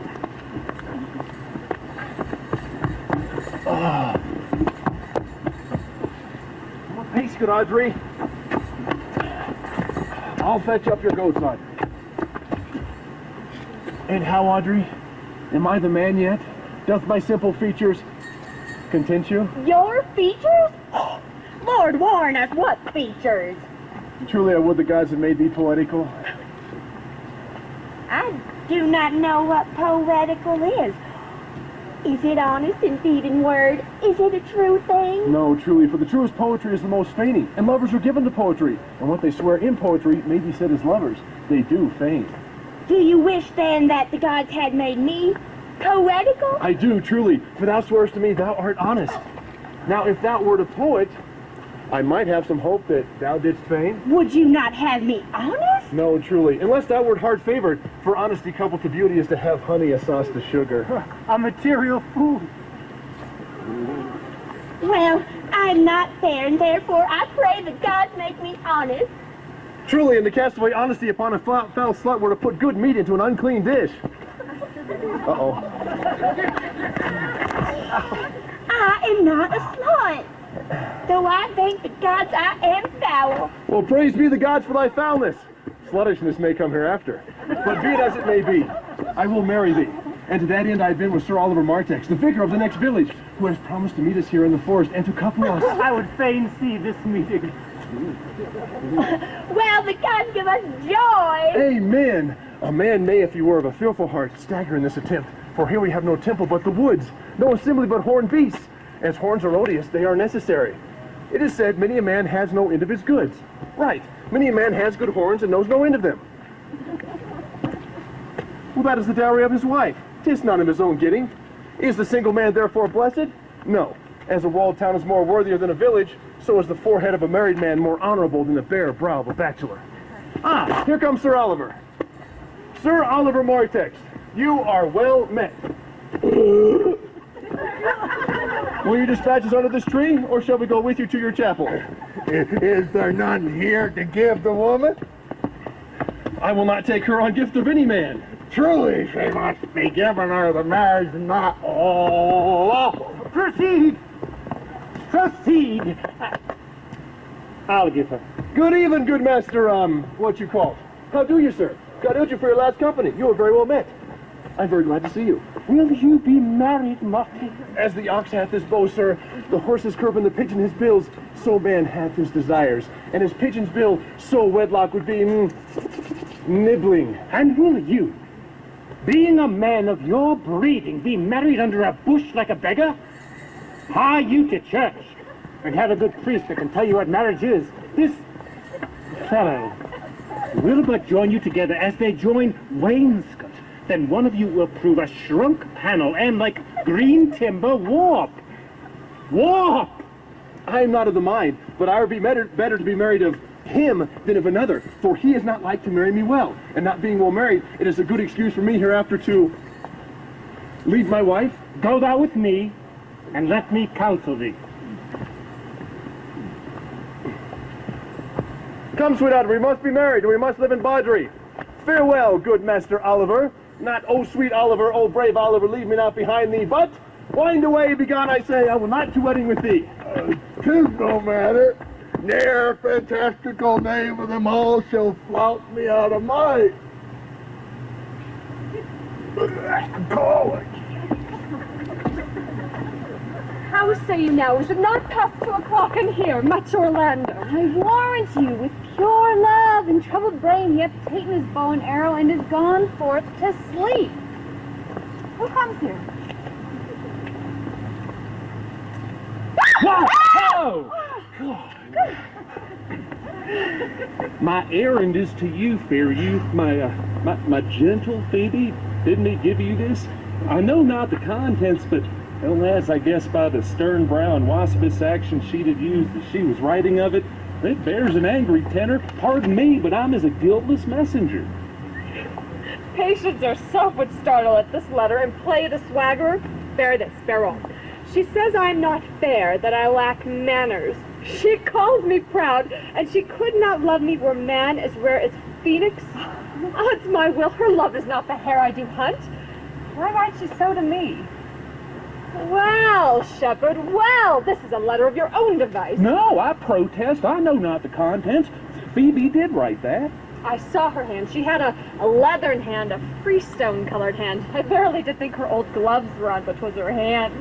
She has a housewife's hands, but that's no matter. I say she never did invent this letter. This is a man's invention and his hand. Sure, it is hers. It is a boisterous and cruel style, a style for challengers. Why, she defies me, like Turk to Christian. Woman's gentle brain could not drop forth such giant rude invention. Such Ethiop words, blacker in their effect than in their countenance. Will you hear the letter? So please you, for I never heard it yet heard too much of Phoebe's cruelty. She Phoebe's me. Mark how the tyrant writes. Art thou God, the shepherd turned, that a woman's heart hath burned? Can a woman rail thus? Call you this railing? Why thy God had laid apart, warst thou with a woman's heart? Did you ever hear such railing? While the eye of man did woo me, that could do no vengeance to me, meaning me, a beast. If the scorn of thy bright eye have power to raise such love in mine, alas a me, what strange effect would they work in mild aspect? Whiles you chid me, I did love, how then might your prayers move? He that brings this love to thee, little knows this love in me, and by him seal up my mind, whether that thy youth and kind will the faithful offer take of me and all that I can make, or by him my love deny, and then I'll study how to die. Are you this chiding? Alas, poor shepherd. Do you pity him? No, he deserves no pity. Wilt thou love such a woman? What, to make thee an instrument to play false strains upon thee? Not to be endured. Well, go your way to her, for I see love hath made thee a tame snake. And say this to her, that if she love me, I charge her to love thee. If she will not, I will never have her unless thou entreat for her. If you be a true lover, and hence not a word for Here comes more company. Good morrow, fair ones. Are you, if you know, where in the purlieus of this forest stands a sheepcote fenced about with olive trees? West of this place, down in the neighbor bottom, a rank of osiers by the murmuring stream. Left on your right hand brings you to the place, but at this hour, the house doth keep itself, there's none within. If then I may profit by a tongue, then should I know you by your descriptions. Such garments and such years. The boy is fair, of female favor, and bestows himself like a ripe sister. The woman low and browner than her brother.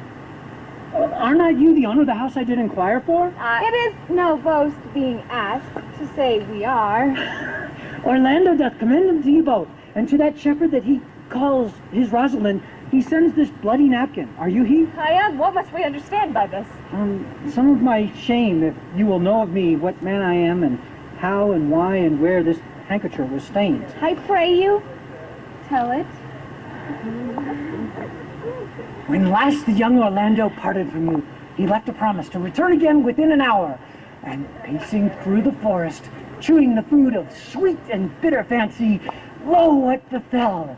He threw his eye aside, and mark what object did present itself under an oak, whose boughs were mossed with age, and high-top bald with dry antiquity.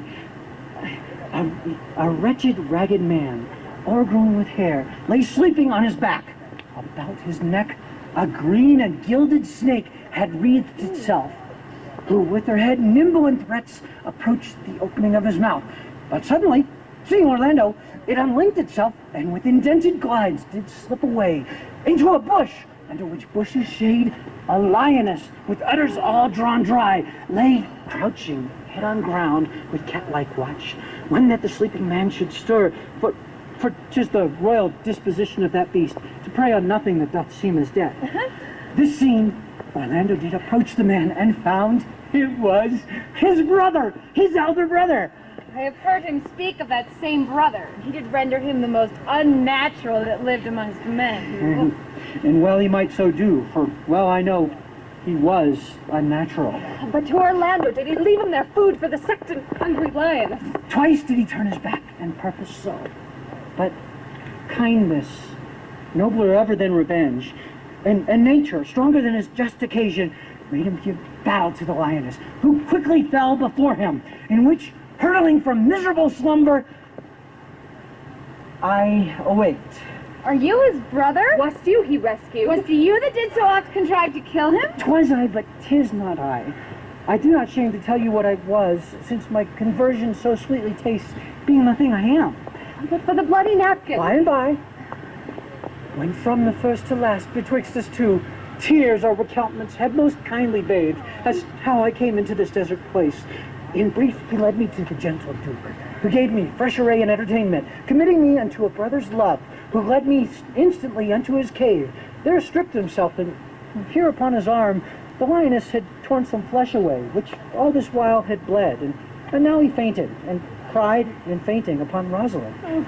Brief, I recovered him, bound up his wound, and after some short space, being strong of heart, he sent me hither, stranger as I am, to tell this story, that you might excuse his broken promise, and to give this napkin dyed in his blood, unto that shepherd youth that he in sport doth call his Rosalind. Oh, wait, how now, Ganymede! Sweet Ganymede! Many will swoon when they do look on blood. There is more in it. Cousin, Ganymede! Look, he recovers. I would home. We'll lead you thither. I pray you, will you take him by the arm? Take a good heart. You a man? You like a man's heart. I do so, I confess it. The raw body would think this was well counterfeited. I pray you tell your brother how well I counterfeited. This was not counterfeit. There's too great testimony in your complexion that this was a passion of earnest. Counterfeit, I assure you. Well, be of good cheer then, and counterfeit to be a man. Oh, so I do. But in faith I should have been a woman by right. Come, you look paler and paler. Pray you draw homewards. Good sir, go with us. That will I. For I must bear answer back to my brother how you, Rosalind. I shall devise something, but I pray you commend my counterfeiting to him. Will you go? We shall find time, Audrey. Patience, gentle Audrey. Say, the priest was good enough for all the old gentlemen saying. A most wicked Sir Oliver, Audrey, a most vile Martex. But Audrey, there is a youth here in the forest that lays claim to you. Aye, I know who 'tis. He hath no interest in me in the world. Here comes the man you mean. It is meat and drink for me to see a clown. By my troth, we that have good wits have much to answer for. We should be flouting. We cannot hold. Good evening, Audrey. Good evening, William. Oh, good evening to you, sir. Good evening, gentle friend. Cover thy head, cover thy head. Nay, prithee, be covered. How old are you, friend? 5 and 20, sir. A ripe age. Is thy name William? William, sir. A fair name. Was born in the forest here? Ah, sir, I thank God. Thank God, a good answer. Art rich? Hey, sir, so-so. So-so is good. Very good. Very excellent good. And yet, it is not. It is but so-so. Art thou wise? Ah, sir, I have a pretty wit. Why, thou sayest well. I do now remember saying, the fool doth think he is wise, but the wise man know himself to be a fool. The heathen philosopher, when he had a desire to eat a grape, would open his lips when he put it into his mouth, meaning thereby that grapes were made to eat, and lips to open. You do love this maid? I do, sir. Then give me your hand. Art thou learned? No, sir. Then learn this of me. To have is to have, for it is the figure of rhetoric in rhetoric that drink, being poured out of a cup into a glass by filling the one doth empty the other. For all your writers do consent that ipse is he. Now you are not ipse, for I am he. What's he, sir? He that must marry this woman. Duh. Therefore, you, clown, abandon, which is in the vulgar, leave, that society, which in the boorish is company, of this female, which in the common is woman, which together is abandon the society of this female, or clown, thou perishest, or to thy better understanding, diest. Or to wit, I kill thee, make thee away, translate thy life into death, thy liberty into bondage. I will deal in poison with thee, or in bastinado, or in steel. I will band thee with thee in faction. I will overrun thee with policy. Blah, blah, blah, blah, blah, blah, blah. I will kill thee 150 ways. Therefore, tremble and depart. Do good, William. God rest ye merry, sir. Our master and mistress seeks you. Come away, away. Trip, Audrey. Trip, Audrey. I attend. I attend.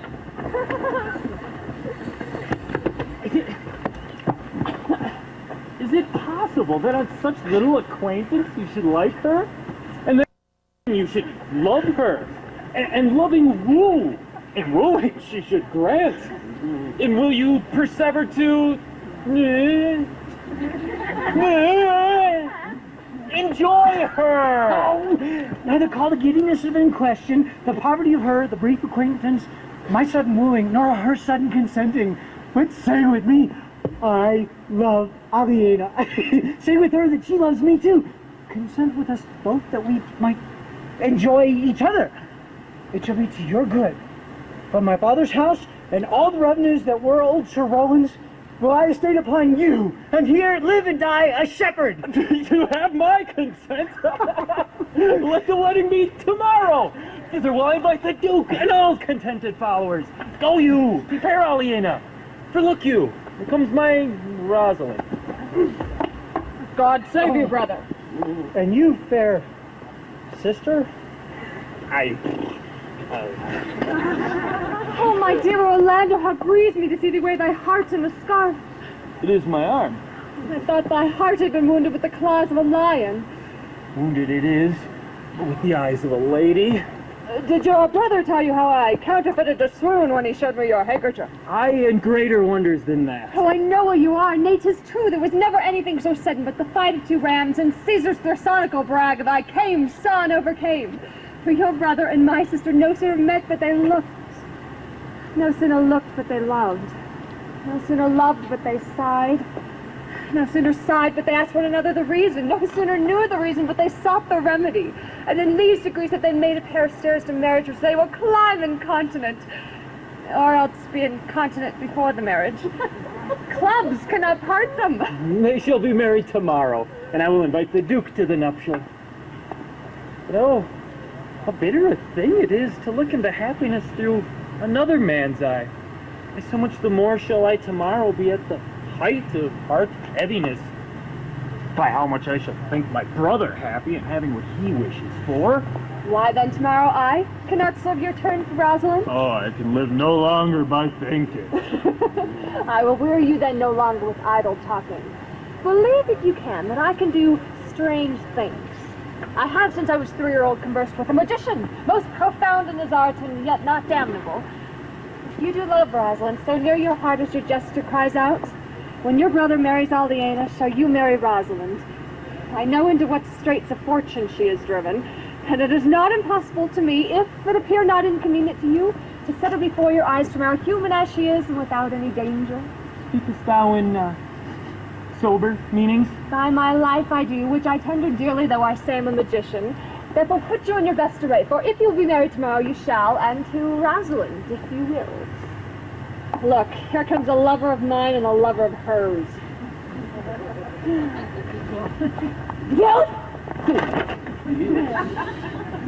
You have done me much ungentleness to show the letter I writ to you.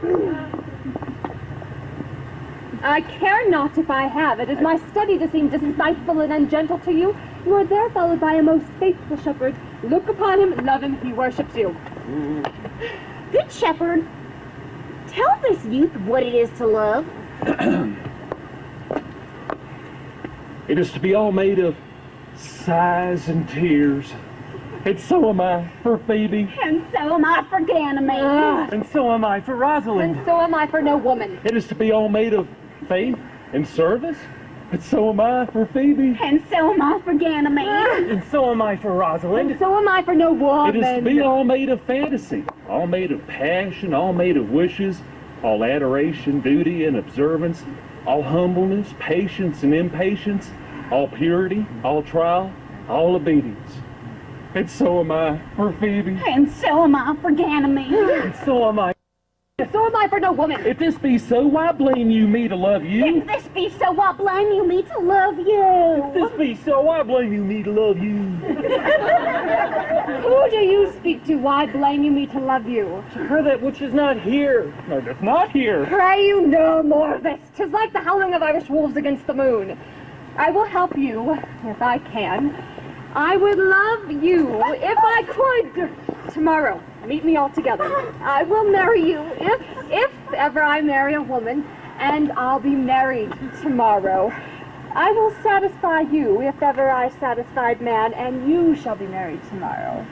I will content you, if what pleases you contents you, and you shall be married tomorrow.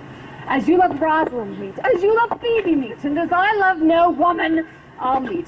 Fare you well, I have left you command. I'll not fail. Nor I. Nor I.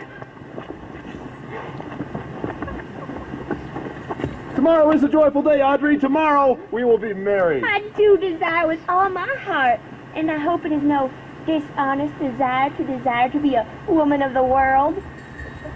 Here come two of the banished Duke's pages. Well met, honest gentlemen. Why, my trove, well met. Come, sit, and a song. We are for you. Sits in the middle. Shall we clap into roundly without hawking or spitting or saying we are hoarse, which are the only prologues to a bad voice? In faith and faith, and both in a tune, like two gypsies on a horse. It was a lover and his lass with the hay, with the hoe, with the hay. Nanny no with the hay, nanny no. That o'er the green cornfield sing past in spring, time in spring, time in spring, time the only pretty ring, time when birds do sing, hey ding-a-ding-a-ding, hey ding-a-ding-a-ding, hey ding-a-ding-a-ding, sweet lovers love the spring. This little baby began that hour with the hay, with the hoe, with the hay, nanny no with the hay. Nanny, no. How that place was but a flower in spring. Time in spring, time in spring. Time the only pretty ring. Time when birds do sing. Hey ding-a-ding-a-ding, hey ding-a-ding-a-ding, hey ding-a-ding-a-ding. Sweet lovers love the spring. And the time with the hay, with the hoe, with the hay. No, with the hay. No. For love is crowned with the time in spring, time in spring, time in spring, time the only pretty ring, time when birds do sing, hey ding-a-ding-a-ding, hey ding-a-ding-a-ding, hey ding-a-ding-a-ding, sweet lovers love the spring.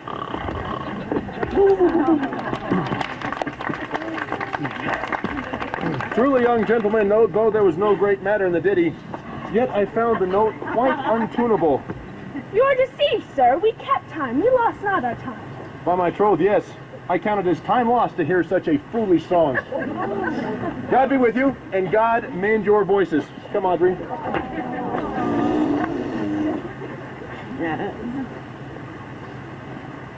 Dost thou believe, Orlando, that the boy can do all this that he hath promised? Well, sometimes you believe and sometimes you know, but Those that fear they hope and know they fear. Patience once more while our conduct is urged. You say if I bring in your Rosalind, you will bestow her on Orlando here. That would I had I kingdoms to give with her. You say you will have her when I bring her in. That would I were I of all kingdoms king. You say you will marry me if I be willing. That will I, shall I drive our after? But if you do refuse me, you'll give yourself to this most faithful shepherd. So's a bargain. You say you'll have her if she will. Though to have her in death were one thing. I have promised to make all this matter even. Keep you your word, O Duke, to give your daughter. You yours, Orlando, to receive his daughter. Keep your word, Phoebe, that you'll marry me, but if you do refuse, you'll wed the shepherd. Keep your word, Sylvius, that you'll marry her if she refuse me, and from hence I go, to make all these doubts even. I do remember in this shepherd boy some lively features of my daughter's favor. My lord, the first time that ever I saw him, methought he was brother to your daughter.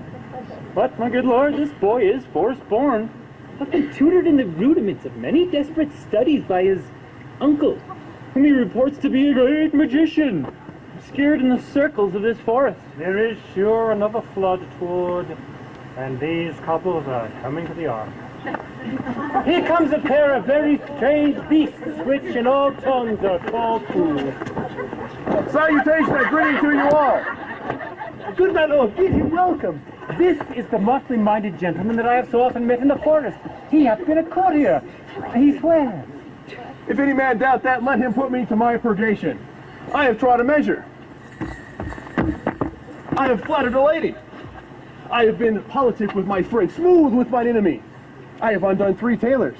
I have had 4 quarrels. Put 'em up, put 'em up. Like to have fought 1. And how was that taken up? Faith, we met, and the quarrel was upon the 7th cause. Upon the 7th cause. Good my lord, like you this fellow. I like him very well. God yield you, sir. I desire you of the like. I present here, sir, amongst the rest of the country copulatives, to swear and to forswear, according as marriage binds and blood breaks. A poor virgin, sir, and ill-favored thing, sir, but mine own. A poor humor of mine, sir, to take that no man else will. Rich honesty dwells like a miser, sir, in a poor house, as your pearl in your foul oyster.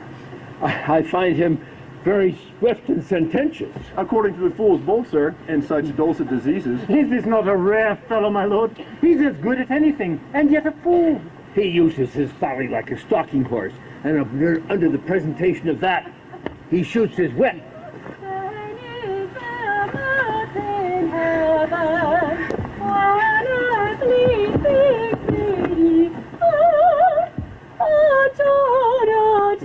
Together, good Duke, receive thy daughter. I met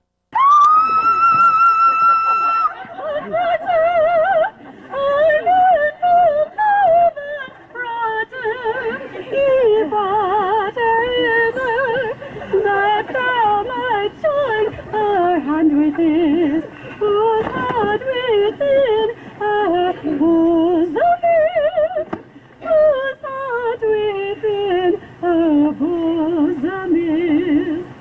To you I give myself, for I am yours. To you I give myself, for I am yours. If there be truth in sight, you are my daughter.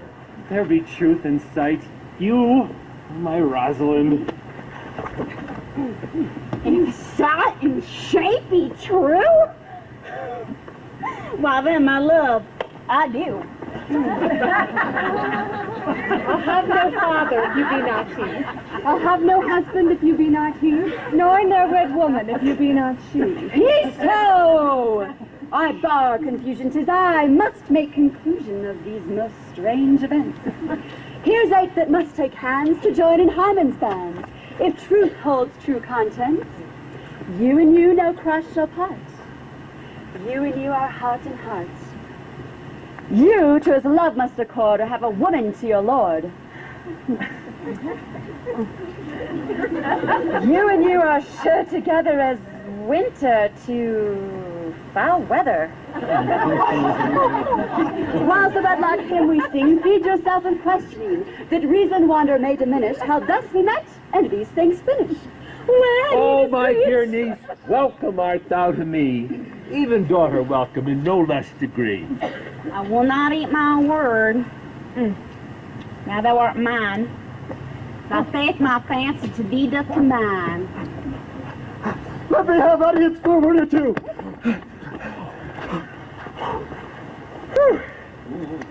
I am the second son of old Sir Roland that bring these tidings to this fair assembly. Duke Frederick, hearing how that every day men of great worth resorted to this forest, addressed a mighty power, which were on foot, and in his own conduct to come here and take his brother to the sword. And to the wild wood of the skirts he did come, where meeting with an old religious man, after some question with him, was converted both from his enterprise and from the world. His crown bequeathing to his banished brother, and all their lands restored to them once again, that were with him exiled. This to be true, I do engage my life. Welcome, young man. Thou offerest fairly to thy brother's wedding, the one his lands withheld, and to the other of land itself at large, a potent dukedom. Meantime, ignore this new-fallen dignity, and fall into our rustic revelry. Play music, and you brides and bridegrooms all with treasures heaped in joy to the measure fall. Sir, by your patience. If I heard you rightly, the Duke hath put on a religious life and thrown into neglect the pompous court. He hath? To him will I. Out of these convertites there is much matter to be heard and learned.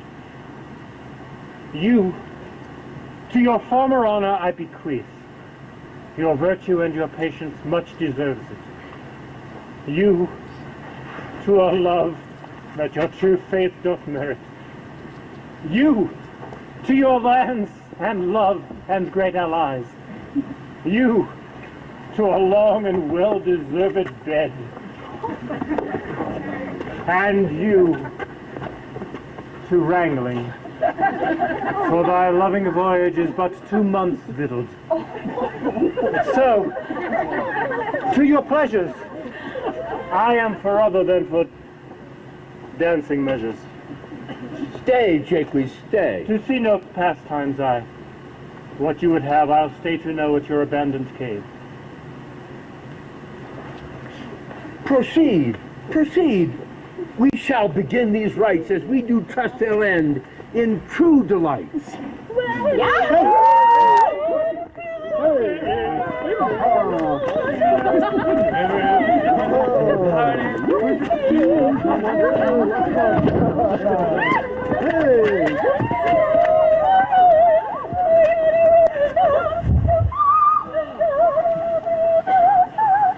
Tis not the fashion to see the lady the epilogue, but 'tis no more handsome than to see the lord the prologue. It be true that good wine needs no bush, 'tis true that a good play needs no epilogue. Yet to good wine they use good bushes, and good plays prove the better with the help of good epilogues. What a case am I in, then, that am neither a good epilogue, nor cannot insinuate with you on the behalf of a good play. I am not furnished like a beggar, therefore to beg will not become me. My way is to conjure you. And I'll begin with the women. I charge you, O women, for the love that you bear to men, to like as much of this play as please you. And I charge you, O men, for the love that you bear to women, as I perceive by your simpering that none of you hates them, that between you and the women the play may please. If I were available, I would kiss as many of you as had beards that pleased me, complexions that liked me, and breaths that I defied not. And I'm sure as many as have good beards, or good faces, or sweet breasts, will for my kind offer, when I make my curtsy, bid me farewell.